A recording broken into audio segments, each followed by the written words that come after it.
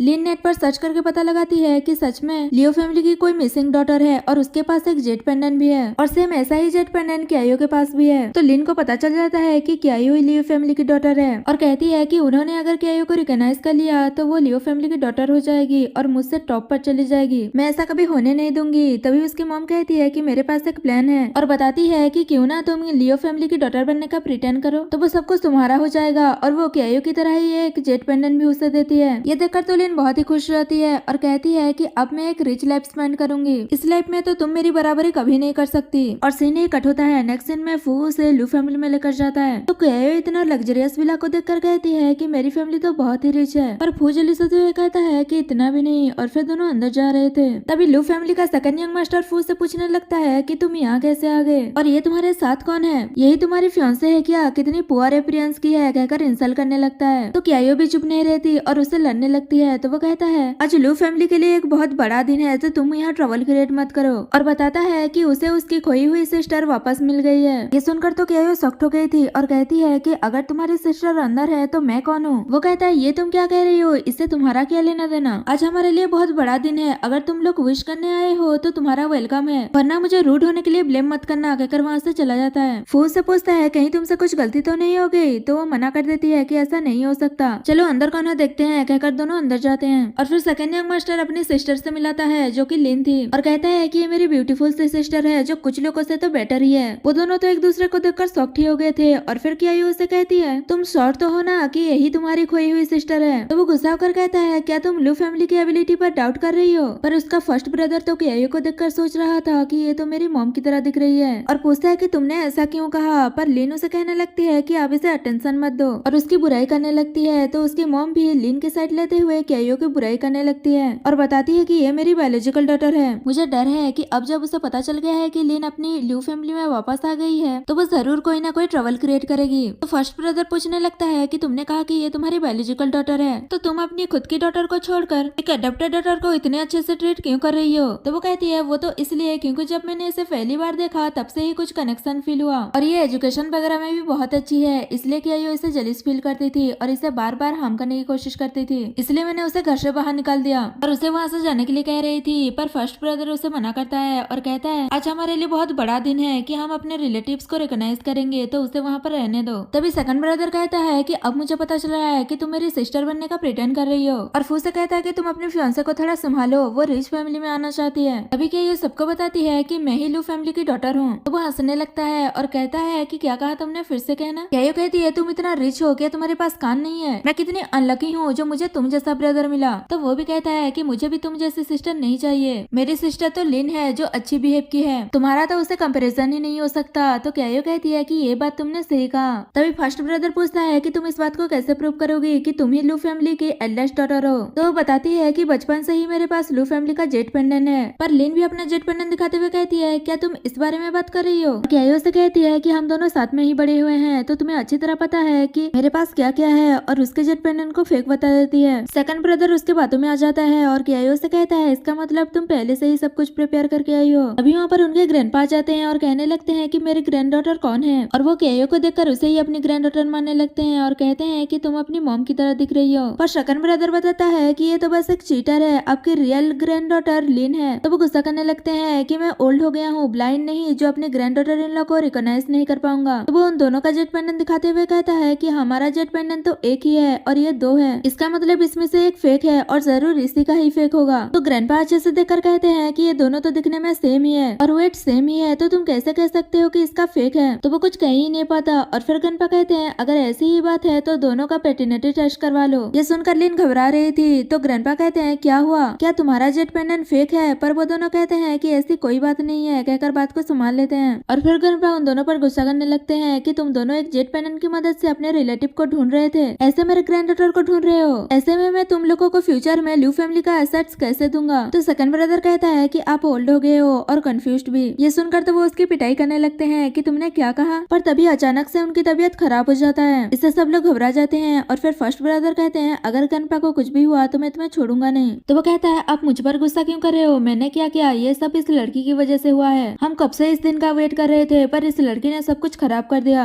और फिर उसकी और क्यायो के बीच में थोड़ी बहस होने लगती है तो फर्स्ट ब्रदर उन्हें चुप कराता है। थोड़ी देर बाद डॉक्टर आता है और चेकअप करके बताता है कि ग्रैंडपा की तबीयत बहुत ही सीरियस है। बटलर भी बताता है कि मास्टर की हेल्थ डे बाय डे खराब होता जा रहा था और उनकी बस लास्ट विश यही थी कि वो अपनी ग्रैंड डॉटर को ढूंढना चाहते थे। और फिर डॉक्टर बताता है कि ग्रैंडपा की हेल्थ क्योर नहीं हो सकता। तो सेकंड ब्रदर उस पर गुस्सा करने लगता है कि तुम्हारी हिम्मत कैसे हुई ऐसा कहने की, तुम उनके इलनेस को क्योर नहीं कर सकते इसलिए ऐसा बोल रहे हो, हम तुम्हें पूरे सिटी में बैन करवा देंगे। पर फर्स्ट ब्रदर उसे चुप कराता है और दूसरे डॉक्टर को बुलाने के लिए कहता है। तभी क्यायो कहती है कि ओल्ड मैन की इलनेस बहुत ही सीरियस है तो कोई ऑर्डिनरी सा डॉक्टर उन्हें ठीक नहीं कर सकता, आप लोग बस टाइम वेस्ट कर रहे हो। ये सुनते ही सेकंड ब्रदर उस पर गुस्सा करने लगता है, पर फर्स्ट ब्रदर कहता है कि ये सही कह रही है, हमें कुछ और करना होगा। तभी लिन कहती है कि मैं एक स्पेशल डॉक्टर को जानती हूँ जो कि ग्रैंडपा की इलनेस को क्योर कर देंगे, मैं उनसे कांटेक्ट करती हूँ। पर फर्स्ट ब्रदर पूछता है कि तुम जिस डॉक्टर के बारे में बात कर रही हो वो बहुत टाइम से लोगों को ट्रीट नहीं कर रहे हैं तो वो तुम्हारे बुलाने पर क्यों आएंगे? वो कहती है मैंने एक्सीडेंटली एक दिन उनकी हेल्प की थी तो वो जरूर हमारी हेल्प करेंगे। और फिर थोड़ी देर बाद वो सच में वहाँ पर आ जाते हैं तो वो लोग खुश हो जाते हैं और ग्रैंडपा को ट्रीट करने के लिए कहते हैं। वो चेक करके बताते हैं कि इनकी इलनेस बहुत ही सीरियस है, अब कुछ नहीं हो सकता, बहुत लेट हो गया है, आप इनकी फ्यूनरल की तैयारी कीजिए। तो वो सख्त हो जाते हैं और सेकंड ब्रदर कहता है कि आप ऐसे कैसे कर सकते हो?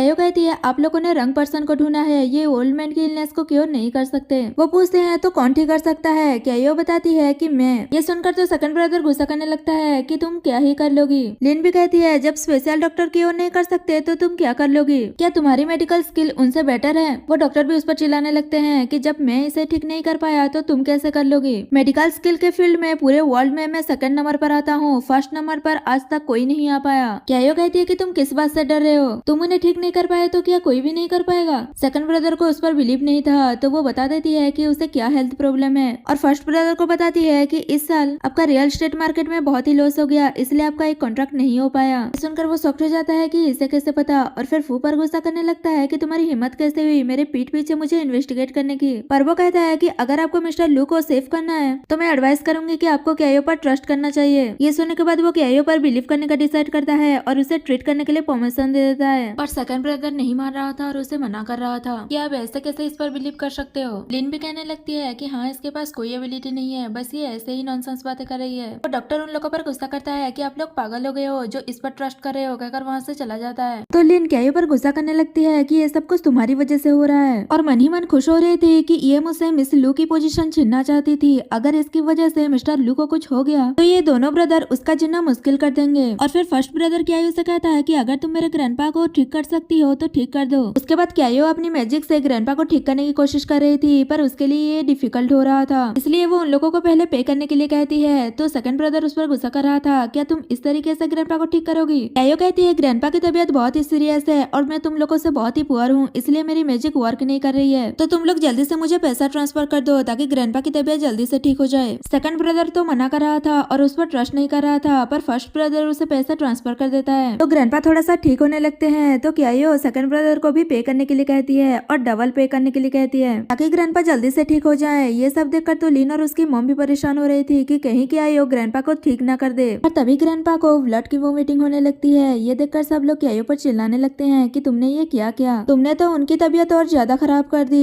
लिन की मॉम भी एक्टिंग करने लगती है कि इस लड़की का सू फैमिली से कोई लेना देना नहीं है, हमें कुछ मत कीजिएगा। क्यायो बताती है कि ये थोड़ा थोड़ा ठीक हो रहे हैं इसलिए ऐसा हो रहा है, पर सेकंड ब्रदर तो पुलिस को बुलाने वाला था। पर तभी ग्रैंडपा को होश आ जाता है और वो ठीक हो जाते हैं। ये देखकर तो सब लोग शॉक्ड हो गए थे। और फिर ग्रैंडपा सेकंड ब्रदर से कहते हैं लगता है कि तुम चाहते ही नहीं थे कि मैं ठीक हो जाऊं। वो कहता है मैं आपका ग्रैंडसन हूँ, मैं आपके बारे में ऐसा कैसे सोच सकता हूँ। तो वो कहते हैं कि मेरी बॉडी मूव नहीं हो रही थी पर मैं सब कुछ सुन रहा था जो कुछ भी तुम कह रहे थे। और फिर क्यायो को भी थैंक यू कहते हैं कि उसने उसकी जान बचाई है और पूछते हैं कि बताओ तुम्हें क्या चाहिए। तो वो कहती है कि मुझे बस 100 युआन चाहिए। तो वो कहते हैं तुमने इतनी हार्ड वर्क की है और बस तुम 100 युआन लोगी। और वो ज्यादा पैसे देने की बात करते हैं पर वो उन्हें मना कर देती है और दोनों ब्रदर से ज्यादा पैसे लेती है। इसी बीच उसकी और सेकंड ब्रदर की आर्गुमेंट हो जाती है तो वो अपनी मैजिक से उसे सबक सिखा देती है। तभी लिन कहने लगती है अच्छा हो कि ग्रैंडपा आप जल्दी से ठीक हो गए, मैं आपके लिए बहुत वरीड हो रही थी। पर ग्रैंडपा उसे मना करते हुए कहते हैं कि मैं तुम्हारा ग्रैंडपा नहीं हूँ, अभी तक तो मेडिकल रिपोर्ट भी नहीं आया है। तो वो इमोशनल एक्टिंग करने लगती है कि जब से मुझे पता चला है कि मैं सू फैमिली की डॉटर नहीं हूँ तब से मैं अपनी रियल फैमिली को ढूंढने की कोशिश कर रही हूँ, पर अब आप लोग भी मुझे नहीं चाहते।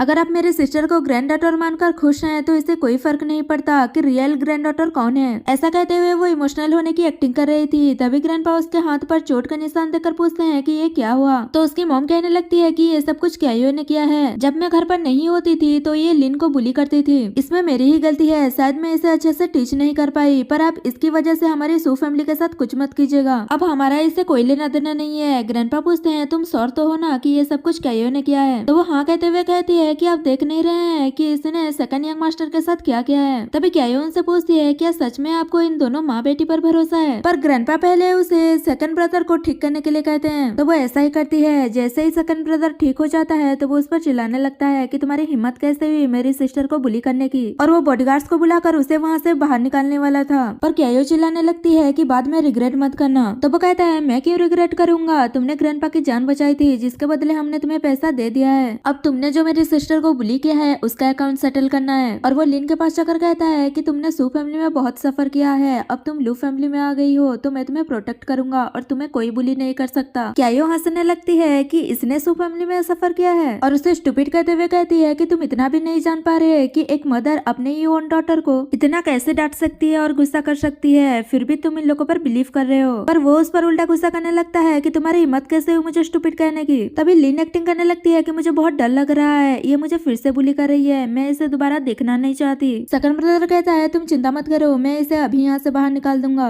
पर फर्स्ट ब्रदर कहता है कि क्यायो तब तक यहाँ से नहीं जा सकती जब तक पैटर्निटी टेस्ट का रिजल्ट नहीं आ जाता। तो वो उसके साथ आर्गुमेंट करने लगता है कि आप उस पर बिलीव क्यों कर रहे हैं। लिन सू फैमिली की बायोलॉजिकल डॉटर नहीं है, उसकी मॉम ने ही कहा है, और वो पहले हमारे फैमिली में जेट पेनन लेकर आई थी, तो लिन ही हमारी रियल सिस्टर है। तभी क्यायो कहती है अगर आप लोगों को मेडिकल रिपोर्ट आने तक का वेट नहीं करना तो ठीक है, मेरे पास एक और रास्ता है। ऐसा कहकर वो अपनी मैजिक का यूज करके ल्यू फैमिली के पिछले 8 जनरेशन के एंसेस्टर्स को बुला लेती है, जो कि एक एक करके आकर सेकंड ब्रदर को थप्पड़ मारते हुए बता रहे थे कि क्यायो ही उसकी सिस्टर है। ये सब देखकर तो ग्रैंडपा भी खुश हो जाते हैं और कहते हैं कि मैंने तो ये एक्सपेक्ट ही नहीं किया था। तभी क्यायो कहती है कि मैं झूठ बोल सकती हूँ पर ये लोग नहीं। इस सब से ग्रैंडपा को और यकीन हो जाता है कि क्यायो ही उनकी ग्रैंड डॉटर है। पर तभी लिन की मॉम कहने लगती है कि इसे मैजिक आता है तो जरूर इसने कोई ट्रिक किया होगा, और सेकंड ब्रदर भी उसका सपोर्ट कर रहा था। तभी फू कहता है कि मैंने तुम लोगों को कुछ ईमेल किया है, उसे देख लो, उसे देखकर रोना मत। तो वो चेक करता है जिसमें उसी पार्टी वाला फुटेज था जिसमें लिन और उसकी मॉम क्यायो को बुली कर रही थी और उसे अपनी डॉटर मानने से मना कर रही थी। ये सब जानने के बाद तो वो सब शॉक्ड ही हो गए थे और उन्हें सू फैमिली के बारे में सब कुछ पता चल गया था कि वो बचपन से ही उसे बुली करते थे और उसे अच्छे से खाना खाने को भी नहीं देते थे। अभी क्यायो बताती है कि बस इतना ही नहीं बल्कि एक बार जब लिन बचपन में गिर गई थी पानी में तो उसकी मॉम ने जानबूझकर क्यायो को भी धक्का दे दिया था पानी में, ताकि अगर लिन को अच्छी लाइफ नहीं मिल पाएगी तो उसे भी नहीं मिल पाएगी, और उसे बस बचपन से ही लिन की डिजास्टर खत्म करने के लिए ही रखा है। और जैसे ही उसका डिजास्टर खत्म हो गया तो उन्होंने क्यायो को घर से बाहर निकाल दिया। ये सब जानने के बाद तो ग्रैंडपा बहुत ही गुस्सा हो जाते हैं और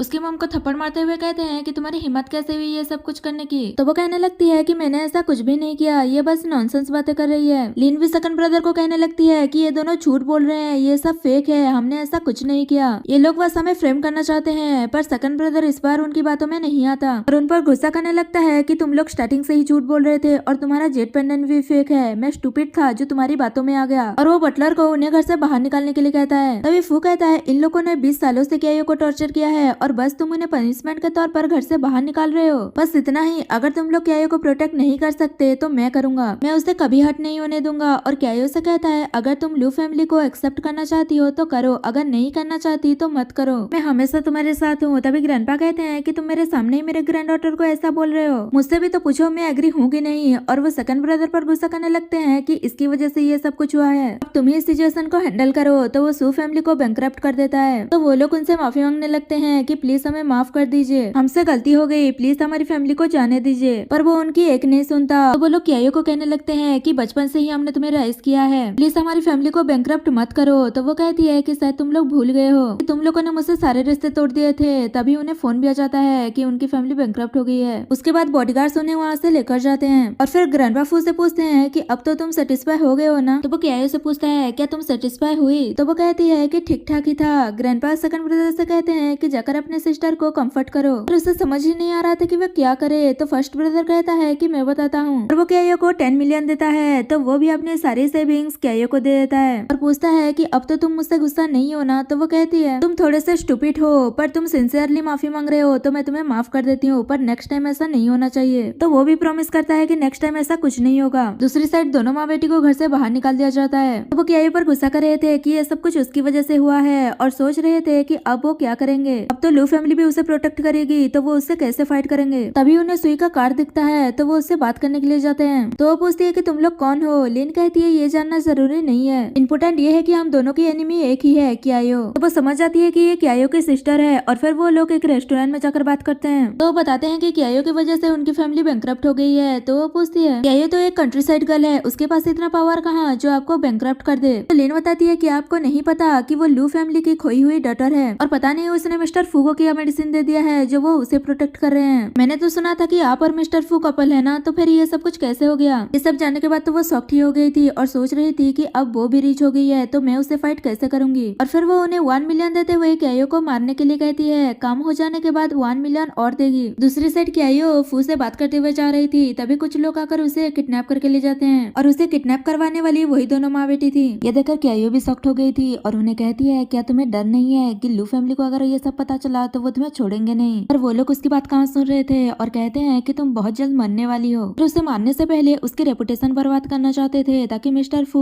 उसे आसानी से छोड़ दे। और फिर वो गुंडों को क्यायो के साथ बदतमीजी करने के लिए कहती है और वो इस सब का वीडियो बना रही थी। तो वो ऐसा ही करने वाले थे पर वो अपनी मैजिक का यूज करके उन्हें रोक देती है और लिन की मॉम को अपने कंट्रोल में कर लेती है, जिस वजह से वो जाकर उसका रस्सी खोल देती है। ये देखकर तो लिन शॉक्ड हो गई थी और उसे पूछती है कि मॉम आप ये सब क्या कर रही हो। तो वो बताती है कि मैं अपने कंट्रोल में नहीं हूँ। और फिर क्यायो उनसे पूछती है तो बताओ तुम लोगों को ये सब करने के लिए किसने कहा था। तो लिन भी बता देती है कि मिस सुई ने ये सब कुछ करने के लिए कहा था, पर तुम यहाँ से बचकर नहीं जा सकती और वहाँ मिस्टर फू तो सुई के साथ होंगे। ये सुनकर तो वो गुस्सा हो जाती है और उन दोनों माँ बेटी पर मैजिक कर देती है, जिस वजह से वो दोनों ही एक दूसरे को थप्पड़ मारने लगते हैं। और क्यायो उन दोनों का वीडियो बना रही थी और फिर वो अपने सेकंड ब्रदर को फोन करके बुला लेती है। दूसरी साइड सुई फू से माफी मांगने आई थी कि मैं तब कंफ्यूज थी इसलिए मुझसे गलती हो गई, दोबारा ऐसा कभी नहीं होगा, हम तो बचपन से ही साथ में है ना, प्लीज मुझे एक और चांस दे दो, मुझे फू हाउस से मत निकालो, मुझे यहाँ रहने दो, कहकर उसे सेड्यूस करने की कोशिश कर रही थी। पर फू उस पर गुस्सा करने लगता है। तो वो कहती है क्यायो में ऐसा क्या है जो तुम उसके पीछे पड़े हो। तो वो कहता है कि तुम उससे अपने आप को कंपेयर नहीं कर सकती, जल्दी से जाकर अपना सामान पैक करके यहाँ से निकल जाओ। तो वो गुस्से में अपना सामान पैक करके ले आती है और उसे कहती है कि क्या लास्ट टाइम तुम मेरे साथ ड्रिंक करोगे। तो वो ये सोचकर मना कर देता है कि क्यायो बस आती ही होगी। इससे तो सुई और भी गुस्सा हो जाती है कि तुम ये सब कुछ उस क्यायो की वजह से कर रहे हो और कहती है ठीक है तुम लास्ट टाइम मेरे साथ पानी तो पी सकते हो ना, कहकर उसे मना लेती है और पानी में मेडिसिन मिलाकर उसे दे देती है। वही सेकंड ब्रदर क्यायो को पिक करने के लिए वहाँ पहुँच गया था और उन दोनों माँ बेटी पर गुस्सा कर रहा था कि उनकी हिम्मत कैसे हुई हमारी लू फैमिली की डॉटर को किडनैप करने की। लगता है कि बैंकरप्ट होना उनके लिए छोटा पनिशमेंट हो गया। क्यायो कहती है तुम चिंता मत करो, मैंने उन्हें अच्छा सबक सिखाया है, कल तक तो वो स्वेलिंग से पिक की तरह दिखेंगे। ये सुनकर तो वो खुश हो जाता है और वही फू को उस मेडिसिन का असर होने लगता है तो वो बेहोश हो जाता है। सुई कहती है मैंने कहा था ना कि तुम सिर्फ मेरे हो और उसके एडवांटेज लेने की कोशिश करती है। पर थोड़ी देर बाद क्यायो आ जाती है तो वो ऐसा एक्टिंग करने लगती है जैसे कि वो लेट हो गई है और अपनी लव बाइट शो करने लगती है और कहती है कि जब मिस्टर फू उठेगा तो वो उससे मैरिज करेगा और क्यायो को घर से धक्के मारकर निकाल देगा। तो वो भी उसे अच्छा खासा जवाब दे देती है क्या कभी फू ने तुम्हें कहा है कि वो तुमसे प्यार करता है और तुमसे मैरिज करना चाहता है, तुम बस ड्रीम देख रही हो। और वो पता लगा लेती है कि उसने फू को ड्रग दिया है, ऐसे में वो कुछ नहीं कर सकता और अभी तक वो बेहोश है, इसका मतलब वो कोमा में है। सेकंड ब्रदर कहता है इसका मतलब इसने ये मार्क खुद ही बनाया है। सुई कहती है तो क्या हो गया, आउटसाइडर्स को कहाँ पता होगा कि अंदर क्या हुआ है और टाइम आने पर मैं नेट पर एक वीडियो भी अपलोड कर दूंगी तो तुम्हारी बात पर कोई बिलीव नहीं करेगा। अगर तुम ब्रदर फू की केयर करती हो तो अभी उसे छोड़कर चली जाओ। क्यायो सेकंड ब्रदर से पूछती है कि किडनैपिंग और मर्डर करने की कोशिश में कितने साल के लिए जेल होगा। तो वो बताता है कि 8 साल और वो पुलिस को फोन करने वाला था। सुई उसे रोकती है और कहती है कि लगता है तुम ब्रदर फू को बिल्कुल भी लाइक नहीं करती। तो वो भी कुछ समय कह देती है कि हाँ मैं लाइक नहीं करती तो क्या हो गया। तभी फू होश में आ जाता है तो सुई उसे भड़काने लगती है कि सुना तुमने क्यायो ने क्या कहा, वो तुम्हें लाइक नहीं करती, उसे बस तुम्हारे पैसे और पावर चाहिए और कुछ नहीं, वो तुम्हारे लायक नहीं है। तो फू कहता है अगर वो मेरे लायक नहीं है तो क्या तुम मेरे लायक हो। तो वो कहती है कि हाँ क्योंकि हम दोनों साथ में ही बड़े हुए हैं और मुझे तुम्हारे पैसे और पावर नहीं चाहिए, मुझे तो बस तुम्हारी केयर है और कुछ नहीं। पर क्यायो अपने असिस्टेंट को फोन करके कहता है कि मुझे कंपनी के सारे शेयर क्यायो के नाम करना है। अब से क्यायो ही फू कंपनी की प्रेसिडेंट होगी। ये सुनकर तो सुई शॉक्ड हो जाती है और कहती है कि तुम ऐसा कैसे कर सकते हो, तुम अपने सारे एसेट्स क्यायो के नाम कैसे कर सकते हो? अगर तुम क्यायो को सारे एसेट्स दे दोगे तो मेरा क्या होगा? फू कहता है अगर क्यायो को मेरा पैसा ही चाहिए तो मैं उसे अपना सब कुछ दे दूंगा, और वैसे भी तुम्ही ने तो कहा था कि तुम बस मेरी केयर करती हो, तुम्हें मेरे पैसे और पावर नहीं चाहिए। अब क्या हुआ? क्यायो भी उसे अच्छा खासा सुना देती है तो वो कहती है कि अगर फू मेरा नहीं हो सकता तो तुम्हारा भी नहीं होगा। तभी फू की तबीयत खराब होने लगती है। ये देखकर क्यायो बहुत ही परेशान हो जाती है और फिर सुई से कहती है तुम्हें क्या लगता है कि मैं इसे ठीक नहीं कर सकता?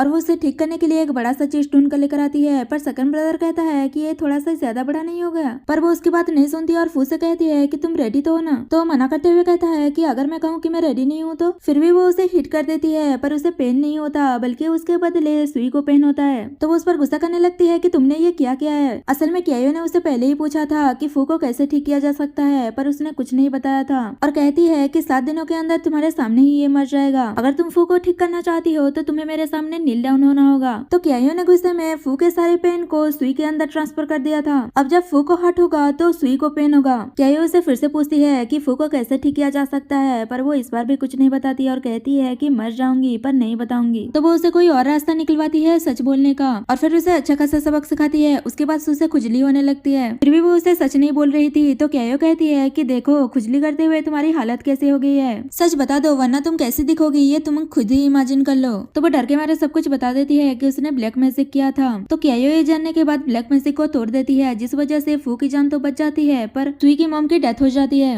उसके बाद सुई की खुजली भी ठीक हो जाती है तो वहाँ से जा रही थी, पर क्यायो रोकते हुए कहती है कि तुम्हें किसने कहा कि तुम यहाँ से जा सकती हो? और फिर वो फू फैमिली की जो कुछ भी पहना था वो सब कुछ निकालने के लिए कहती है और कहती है तुम जो फू फैमिली में रह रही थी, खाना खा रही थी, पानी पी रही थी, उसका पेबैक तो करना होगा, कहकर वो फिर सुई के जो भी एसेट्स थे वो सब कुछ फू पर ट्रांसफर कर देती है। और जब ये बात सुई को पता चलती है तो वो उस पर गुस्सा करने लगती है, पर फू कहता है कि तुम यही डिजर्व करती हो। और फिर पुलिस बुलाकर किडनैपिंग और मर्डर करने की कोशिश में उसे अरेस्ट करवा देते हैं। इसके बाद बातों बातों में सेकंड ब्रदर फू को ब्रदर कह देता है। तो वो कहता है कि तुम ब्रदर क्यों कह रहे हो, मुझे ब्रदर इन लॉ कहो। तो वो कहता है कि ऐसे कैसे, अभी तक तो हम लोगों ने तुम्हारी मैरिज के लिए एग्री ही नहीं हुए हैं। ये सुनकर फू शॉक्ड हो जाता है और कहता है कि हमने तो फिर सर्टिफिकेट भी ले लिया है, तुम मेरी वाइफ हो ना? पर वो कहती है कि मैं अपने ब्रदर की बात सुनूंगी। तो फू कहता है कोई बात नहीं, मैं तुम्हें फिर से चेस कर लूंगा, और इसी हैप्पी एंडिंग के साथ हमारा ये ड्रामा खत्म हो जाता है। तो ड्रामा की स्टार्टिंग में हम हमारी फीमेल लीड जाओ जाओ को देखते हैं, जो अपनी ऑनलाइन बॉयफ्रेंड सेंग्यान से चैट करते हुए मीटिंग अटेंड करने जा रही थी। वही हमारा मेल लीड है और जाओ जाओ का बॉस भी, पर उन दोनों को ही नहीं पता कि वो दोनों एक दूसरे से ऑनलाइन डेटिंग कर रहे हैं। एम्प्लॉय सेंग्यान को स्माइल करते हुए देखते हैं और फिर उन्हें लगता है कि शायद उन्होंने गलत देख लिया होगा, क्योंकि वो बहुत एरोगेंट और डोमिनेटिंग सीईओ है जो कभी भी स्माइल नहीं करता। तभी जाओ जाओ मीटिंग रूम में आती है और वो अपने बॉस को ऐसे एरोगेंटली बैठे हुए देखकर अपनी फ्रेंड जैकिंग से उसके बॉस की बुराई करने लगती है कि वो कितना डोमिनेटिंग है, बोरिंग है, हो सकता है कि उसका किसी ने हार्ट ब्रोकन कर दिया होगा इसलिए वो ऐसा रहता है। और उसकी एक कलीग किन्यून उसे ऐसे चैट करते हुए देख लेती है और उसे फंसाने के लिए जैकिंग जो प्रोजेक्ट प्रेजेंट करने वाली थी मैं हेल्प कर देती हूँ कहकर वो उनकी चैट को प्रोजेक्टर पर चला देती है और कहती है कि तुम बॉस के सामने ही उनकी बुराई कर रही हो। ये देखकर जाओ तो घबरा जाती है। सेंग्यान पहले सारे एम्प्लॉइज को बाहर जाने के लिए कहता है और फिर जाओ से कहता है क्या मैं तुम्हें इसलिए सैलरी देता हूँ ताकि तुम मेरे पीठ पीछे मेरी ही बुराई करो? तो वो माफी मांगने लगती है। वो कहता है अगर नेक्स्ट टाइम ऐसा कुछ हुआ तो मैं तुम्हें फायर कर दूंगा कहकर उसे वहाँ से जाने के लिए कहता है और फिर अपने ऑनलाइन गर्लफ्रेंड को बताता है कि कोई मेरी पीठ पीछे मेरी बुराई कर रहा है। जैसे ही जाओ बाहर आती है और ये मैसेज देखती है तो वो अपनी सिचुएशन से रिलेट कर लेती है और कहती है हो सकता है कि वो मजाक कर रहा हो। तो वो भी मान जाता है और कहता है कि मैं तुम्हारी बात सुनूंगा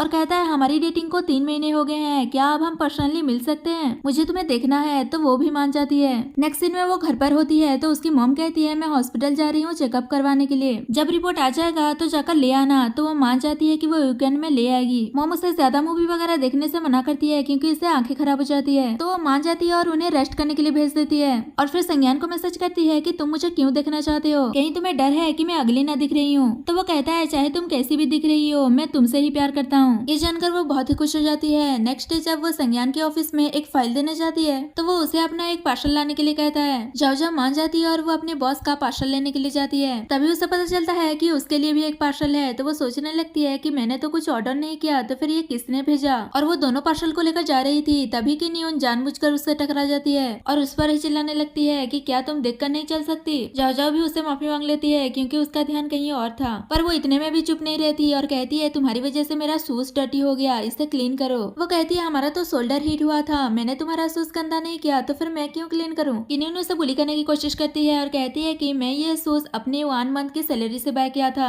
अगर तुम इसे क्लीन नहीं करना चाहते तो मेरे लिए एक न्यू पेयर बाय कर दो। पर जाओ जाओ सब समझ जाती है कि वो क्या करना चाहती है और कहती है अगर ऐसी ही बात है तो हम सीसीटीवी फुटेज देख लेते हैं, तो सब कुछ क्लियर हो जाएगा कि असल में हुआ क्या था। पर वो मना करते हुए कहती है कि इससे कंपनी का रिसोर्सेस वेस्ट होगा। तो जाओ जाओ उसे अपने रास्ते से हटने के लिए कहकर अपना पार्सल लेकर वहाँ से चली जाती है और किन्यून बस गुस्सा करती रह जाती है और फिर जाओ जाओ उसके बॉस का पार्सल दे देती है। और जैसे ही आकर अपना पार्सल खोल रही थी तभी उसके फ्रेंड का कॉल आता है और वो पूछती है कि मैंने जो तुम्हारे लिए बर्थडे गिफ्ट बाय किया था वो तुम्हें कैसा लगा। वो कहती है ये वॉच तो बहुत एक्सपेंसिव लग रहा है, इसका प्राइस कितना है। ये सुनकर जैकिंग कहती है मैंने तो कोई वॉच बाय नहीं किया, क्या किसी और ने भी तुम्हें गिफ्ट सेंड किया है, कौन है वो। तभी उसे पता चलता है कि उसकी और संज्ञान की गिफ्ट चेंज हो गया है। ये जानते ही जैकिंग उसे डांटने लगती है कि तुम ऐसा कैसे कर सकती हो, इससे पहले कि बॉस उस गिफ्ट को खोले तुम जाकर ले आओ। वो जाती इससे पहले संज्ञान का उसे कॉल आता है और वो गुस्से में ऑफिस में बुलाता है। वो जैसे ही ऑफिस में जाती है तो वो गिफ्ट दिखाकर उसे बहुत डांटता है क्योंकि उसे लग रहा था कि वो उसे सेड्यूस करने की कोशिश कर रही है। जाओ जाओ एक्सप्लेन करने की भी कोशिश करती है पर वो उसकी कोई बात नहीं सुनता और उसे डांट कर वहाँ से भगा देता है। जाओ जाओ भी गुस्से में वहाँ से चली जाती है। तभी उसकी फ्रेंड भागते हुए आती है और पूछती है कि क्या बॉस ने वो गिफ्ट ओपन कर लिया था। तो वो सब कुछ बता देती है और संज्ञान पर गुस्सा कर रही थी कि वो ऐसा कैसे सोच सकता है कि मैं उसे सेड्यूस करूंगी और उसने मुझे एक्सप्लेन करने का मौका भी नहीं दिया। तभी उसे उसकी मॉम का फोन आता है और वो बताती है कि उसकी चाइल्डहुड फ्रेंड जेंग कंट्री वापस आ रहा है, तो वो उसके साथ डेट पर जाने के लिए कह रही थी क्योंकि वो दोनों साथ में ही बड़े हुए हैं तो उन दोनों के लिए अच्छा होगा। पर जाओ जाओ मना करते हुए कहती है कि आपको मैच मेकिंग करने की जरूरत नहीं है क्योंकि मैं पहले से ही किसी को लाइक करती हूँ। ये सुनकर मॉम शॉक्ड हो जाती है और एक ही बार में पूछने लगती है कि वो कौन है, कहाँ रहता है और क्या जॉब करता है। तो जाओ जाओ ये कहकर फोन रख देती है कि मैं आपको बाद में बताऊंगी और फिर अपने ऑनलाइन बॉयफ्रेंड यानी संज्ञान से बातें करने लगती है और बताती है कि हमारा बॉस पागल हो गया है, उसे लगता है कि मैं उसे सेड्यूस करने की कोशिश कर रही हूँ। तो बताता है कि मैंने तुम्हारे लिए गिफ्ट लिया है, आई होप कि तुम्हें पसंद आएगा। जाओ जाओ कहती है तुम मुझे जो भी दोगे मुझे पसंद आएगा और फिर दोनों डिसाइड करते हैं कल मिलने का। और जाओ जाओ ये बात जैकिंग को भी बताती है तो वो जाओ जाओ के लिए परेशान होने लगती है, कहीं अगर वो स्कैमर हुआ तो वो वरीड होने के लिए मना करती है क्योंकि वो कंपनी के पास वाले ही कैफे में मिलने वाले हैं। जैकिंग थोड़ा रिलैक्स होती है और कहती है मैं होप करती हूँ कि तुम मुझसे मिलने के बाद भी ऐसे स्माइल करती रहो। और फिर वर्क खत्म होने के बाद जाओ जाओ जब जा रही थी तो संज्ञान से आमना सामना होता है पर वो उसे इग्नोर करके वहाँ से चली जाती है। उसके बाद नेक्स्ट डे दोनों ही एक दूसरे से मिलने जाने के लिए रेडी वगैरह हो रहे थे और बहुत सारे ड्रेसेस में से एक ड्रेस सिलेक्ट करके फाइनली वो रेडी हो जाते हैं। जाओ जाओ जैसे ही जा रही थी उसकी मॉम उसे इतनी तैयार वगैरह हुए देख पूछती है कि तुम किससे मिलने जा रही हो। तो वो झूठ बोल देती है कि वो एक फ्रेंड से मिलने जा रही है पर उसकी मॉम तो सब समझ जाते हैं और कहते हैं कि तुम मेरे लिए जल्दी से एक अच्छा सा सोने ला ढूंढ लो।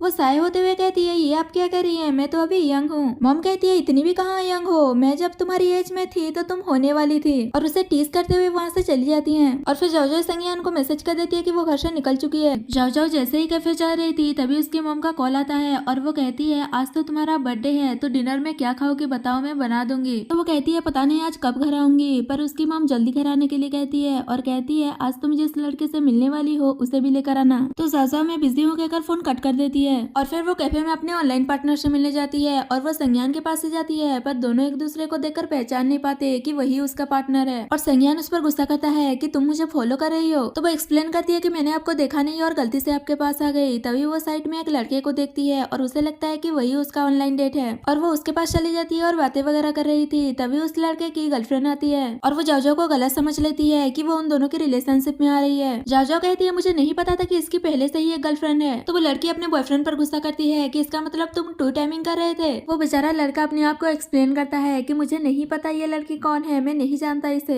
ये सुनकर जाओ और गुस्सा हो जाती है कि तुम मुझे नहीं जानते और वो गुस्से में उस पर पानी फेंक कर वहाँ से चली जाती है। और फिर वो टैक्सी लेकर जा रही थी और रास्ते में रोने लगती है क्योंकि उसे लग रहा था कि उसके ऑनलाइन पार्टनर टू टाइमर निकला। ड्राइवर उससे पूछता है कि क्या हुआ तो वो बता नहीं पाती और जोर जोर से रोने लगती है। तो ड्राइवर उसे पे करने के लिए कहता है। वो जैसे ही पे करने वाली थी तभी संज्ञान का मैसेज आता है कि तुम मुझसे मिलने आई क्यों नहीं। ये जानकर वो शॉक्ड हो जाती है और पूछती है कि तुम्हारा सीट कहाँ पर था, तो वो बता देता है। तभी जाओ को समझ आता है कि वो रॉन्ग पर्सन से मिलकर आ गई और वो कहती है मुझे सडनली कुछ काम आ गया इसलिए मैं नहीं जा पाई, हम कल मिल लेंगे। नेक्स्ट दिन में जाके संज्ञान को फोन करके बताती है कि एक प्रोजेक्ट में कुछ इशू हो गया है, हमें आपकी जरूरत है उसे नेगोशिएट करने में। पर वो इस मैटर को जाजो को हैंडल करने के के लिए दे देता है और कहता है अगर वो इस मैटर को हैंडल नहीं कर पाई तो उसे रिजाइन देने के लिए बोल देना। तो जैकिंग ऐसा ही करती है और जाओ को सब बता देती है और कहती है टिकट वगैरह सब कुछ बुक हो गया है, बस तुम वहाँ जाकर अपने लिए होटल बुक कर लेना। और वो जाओ के पूछने पर बताती है कि उसे कल ही जाना होगा। उसके बाद जाओ सेनियान को बताती है कि हम कल नहीं मिल पाएंगे क्योंकि मैं सडनली बिजनेस ट्रिप पर यून सिटी में जा रही हूँ। वो उस सिटी का नाम जानकर सोचता है क्या कोइंसिडेंट है और कहता है कोई बात नहीं, पहले तुम अपना काम करो, पर क्या हम वीडियो कॉल पर बात कर सकते हैं क्योंकि नेक्स्ट टाइम जब हम मिलेंगे तो रिकॉग्नाइज करने में इजी होगा।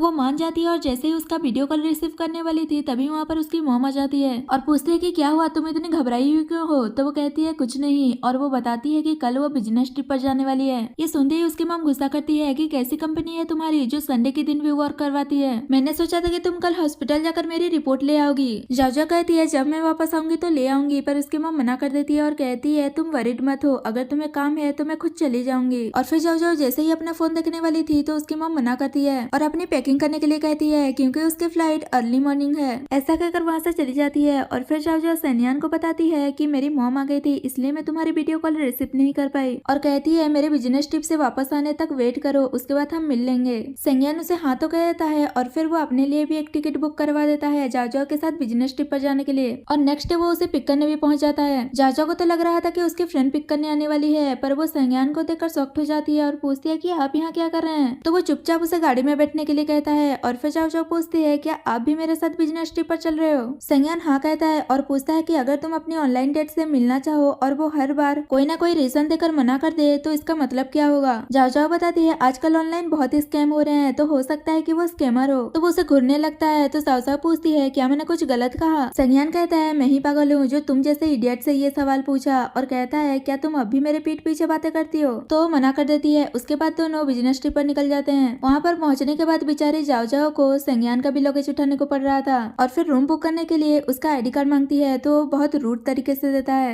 और फिर 2 रूम बुक करने के लिए कहती है, पर वो बताती है कि उनके पास एक ही रूम है। तो सेनियान जाओ को दूसरे होटल में ट्राई करने के लिए कहता है, पर वो बताती है कि ये टूरिस्ट प्लेस है इसलिए कहीं भी रूम नहीं मिलेगा और सजेस्ट करते हैं कि हमें यही रूम बुक कर लेना चाहिए, मैं लिविंग रूम में एडजस्ट कर लूंगी। तो वो मान जाता है और वो एक ही रूम बुक करके वहाँ से जा रहे थे। तभी वहाँ पर 2 लोग और आते हैं रूम बुक करने के लिए, तो वो उन्हें भी वही कहती है कि हमारे पास बस एक ही रूम बचा है। ये सुनकर वो दोनों शॉक्ड हो जाते हैं क्योंकि उनके साथ स्कैम जो हो गया था। और फिर रूम में जाने के बाद जाओ कहती है आप यहाँ सेटल हो जाइए, मैं एक और रूम बुक करने के लिए जा रही हूँ, कहकर वहाँ से चली जाती है। उसके बाद सेनियान अपने ऑनलाइन डेट को मैसेज करता है कि मैं भी योन सिटी में आया हूँ, जब तुम फ्री होगी मुझे बोलना, मैं तुमसे मिलने आ जाऊंगा। जब ये मैसेज जाओ देखती है तो वो पूछती है कि तुम यहाँ क्या कर रहे हो। सेनियान बताता है कि वो भी एक बिजनेस ट्रिप पर आया है और पूछता है कि क्या आज रात तुम फ्री हो। तो वो ये सोचकर हाँ कह देती है कि आज रात मीटिंग खत्म हो जाएगा, उसके बाद तो वो फ्री ही रहेगी। और फिर वो दोनों आज रात मिलने का फिर से प्लान करते हैं। उसके बाद जाओ अपने लिए रूम बुक करने के बाद सेनियान के रूम में जाती है अपना लगेज लेने के लिए। तभी वो सवार लेकर आया था, उसे देखकर जाओ साय होने लगती है और जल्दी से अपना लगेज लेकर वहाँ से जा रही थी। तो सेनियान कहता है रेडी होकर लॉबी में मेरा वेट करना, 20 मिनट के बाद हम वेन्यू पर जाने वाले हैं। तो वो हाँ कहकर जल्दी से वहाँ से चली जाती है और फिर वो अच्छे से रेडी हो जाती है क्योंकि मीटिंग के बाद तो वो अपने ऑनलाइन डेट से मिलने जाने वाली है। वो इतनी ब्यूटीफुल लग रही थी कि जब सेनियान भी उसे देखता है तो थोड़ी देर के लिए देखता ही रह जाता है। और फिर वो मीटिंग के लिए जाते हैं और वहाँ पर सब कुछ अच्छे से हो जाता है। अच्छे से कोऑपरेशन हो जाने के बाद वो लोग कहते हैं हमें इसको सेलिब्रेट करना चाहिए, पर सेनियान मना कर देता है कि मुझे कुछ और काम है। तो वो लोग जाओ को कहने लगते हैं कि तुम्हारा बॉस नहीं तो कम से कम तुम तो हमारे साथ चल ही सकती हो। जाओ मना नहीं कर पाती और उसे मजबूरन मानना पड़ता है। तो सेनियान उसे अपना ख्याल रखने के लिए कहता है और कहता है अगर कुछ भी गड़बड़ हुआ तो इमीडिएटली मुझे फोन कर देना। और फिर वो अपने ऑनलाइन डेट से मिलने के लिए कैफे चला जाता है और वो जाओ को मैसेज कर देता है कि वो कैफे पहुंच चुका है। वही डिनर के बाद वो लोग जाओ को ड्रिंक करने के लिए कहते हैं तो वो थोड़ा सा ड्रिंक कर लेती है, पर वो उसे और ड्रिंक करने के लिए कह रहे थे तो पहले तो वो मना करती है कि मेरी तबीयत थोड़ा ठीक नहीं लग रहा है इसलिए मैं ज्यादा ड्रिंक नहीं कर सकती, पर बाद में उसे उनकी बात मानना ही पड़ता है। दूसरी साइड सेनियान बहुत देर से जाओ का वेट कर रहा था। तभी स्टाफ बताती है अभी हम कैफे बंद करने वाले हैं। तो वो ये सोचकर वहाँ से चला जाता है कि इस बार भी मैं तुमसे नहीं मिल पाया। जब वो वहाँ से जा रहा था तभी वो एक रेड ड्रेस पहने लड़की को देखता है। तभी उसे जाओ का याद आता है और वो उसे कॉल करता है, पर वो रिसीव नहीं करती। तो वो वरीड हो जाता है और उसके पास जाने लगता है। दूसरी साइड उन लोगों ने जाओ को बहुत ज्यादा ड्रिंक करा दिया था। तो जाओ वहाँ से जाने की करती है, पर वो लोग उसे जाने नहीं देते और उसे और ड्रिंक कराते हैं। और वो जैसे ही बहुत ज्यादा ड्रंक हो जाती है तो उसे रूम में लेकर जा रहे थे।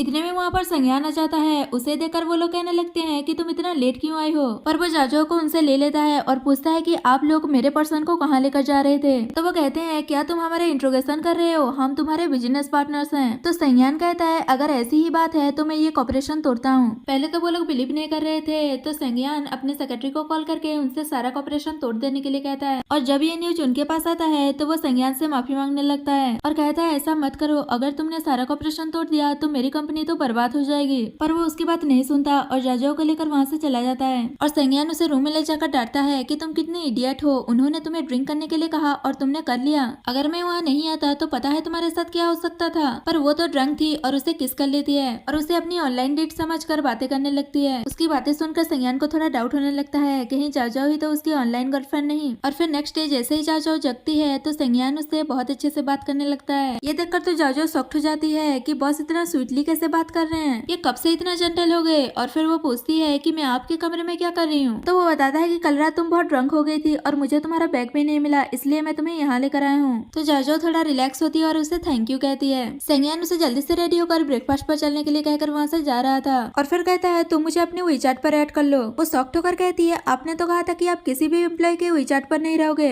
क्योंकि वो उनका पर्सनल स्पेस होता है। तो संज्ञान कहता है तुम मेरी असिस्टेंट हो तो हमें कॉन्टेक्ट में रहना चाहिए। तो जाओ भी मान जाती है। जाओ जैसे ही उसे अपने वीचैट पर ऐड करती है तो संज्ञान को पता चल जाता है कि जाओ ही उसकी ऑनलाइन गर्लफ्रेंड है और फिर वो उस बिजनेसमैन की कंपनी को ब्लैकलिस्ट करवा देता है। दूसरी साइड जाओ को अभी तक पता नहीं चला था कि उसका ऑनलाइन डेट कौन है और उसे मैसेज करके माफी मांगते हुए कहती है कि कल रात मुझे बिजनेस पार्टनर्स के साथ डिनर पर जाना पड़ा था और वहाँ बहुत ड्रंक हो गई थी, इसलिए मैं तुमसे मिलने नहीं जा पाई, कहकर उससे माफी मांगती है। और फिर फ्रेशन अप होने के बाद संज्ञान के पास जाती है और कहती है आपने अभी तक पैकिंग नहीं की, हमें अभी निकलना है। और कहती है मैं बाहर आपका वेट कर रही हूँ, अब जाकर पैकिंग कर लीजिए। पर वो उसे रूम के अंदर वेट करने के लिए कहता है और पैकिंग करने के लिए चला जाता है। तभी जाजो को उसकी मॉम का कॉल आता है और वो पूछती है कि क्या तुम बिजी हो। तो मना करते हुए कहती है कि मैं आज घर वापस आने वाली हूँ। तो मॉम कहती है जब तुम घर वापस आओगी तो तुम अपने साथ अपने बॉयफ्रेंड को भी लेकर आना। ऐसा कहकर वो फोन कट कर देती है और उसकी कोई भी बात नहीं सुनती। ये सुनकर जाजो परेशान हो रही थी तो संज्ञान आकर पूछता है कि क्या हुआ, क्या मैं तुम्हारी कोई हेल्प कर सकता हूँ। तो बता देती है कि मेरी मॉम चाहती है कि मैं अपने साथ अपने बॉयफ्रेंड को भी घर लेकर जाऊँ, पर अब तक तो मैं अपने ऑनलाइन बॉयफ्रेंड से मिली ही नहीं, क्या आप इसमें मेरी कोई हेल्प कर सकते हैं। संज्ञान कहता है कोई बात नहीं, मैं तुम्हारे बॉयफ्रेंड होने का प्रिटेंड कर लूंगा। ये सुनकर वो शॉक्ड हो जाती है और कहती है ये आप क्या कह रहे हैं, आप कोई मजाक कर रहे हैं ना। संज्ञान मना करते हुए कहता है कि मेरी एम्प्लॉय ट्रबल में है, मैं बस उसकी हेल्प कर रहा हूँ। ये सुनकर तो वो और भी शॉक्ड हो जाती है कि बॉस कब से इतना काइंड हार्टेड हो गए हैं और उसे मना कर देती है कि मैं कोई और रास्ता ढूंढ लूंगी। तो वो ये कहकर वहाँ से चला जाता है कि अगर तुम्हें कोई सोल्यूशन नहीं मिला तो तुम मेरे पास आ सकती हो। उसके इतने स्ट्रेंज बिहेवियर देखकर जाजो हैरान हो जाती है और वो अपने ऑनलाइन बॉयफ्रेंड को भी बताती है। वो कहता है हो सकता है कि उसने तुम्हारे अंदर अच्छाई देख ली होगी इसलिए ऐसा बिहेव कर रहा है। तो जाजो कहती है तुम मेरे बॉस को नहीं जानते, वो बहुत ही एरोगेंट है। कल रात उसने बिजनेस पार्टनर्स के साथ मुझे बिजनेस डिनर पर भेज दिया,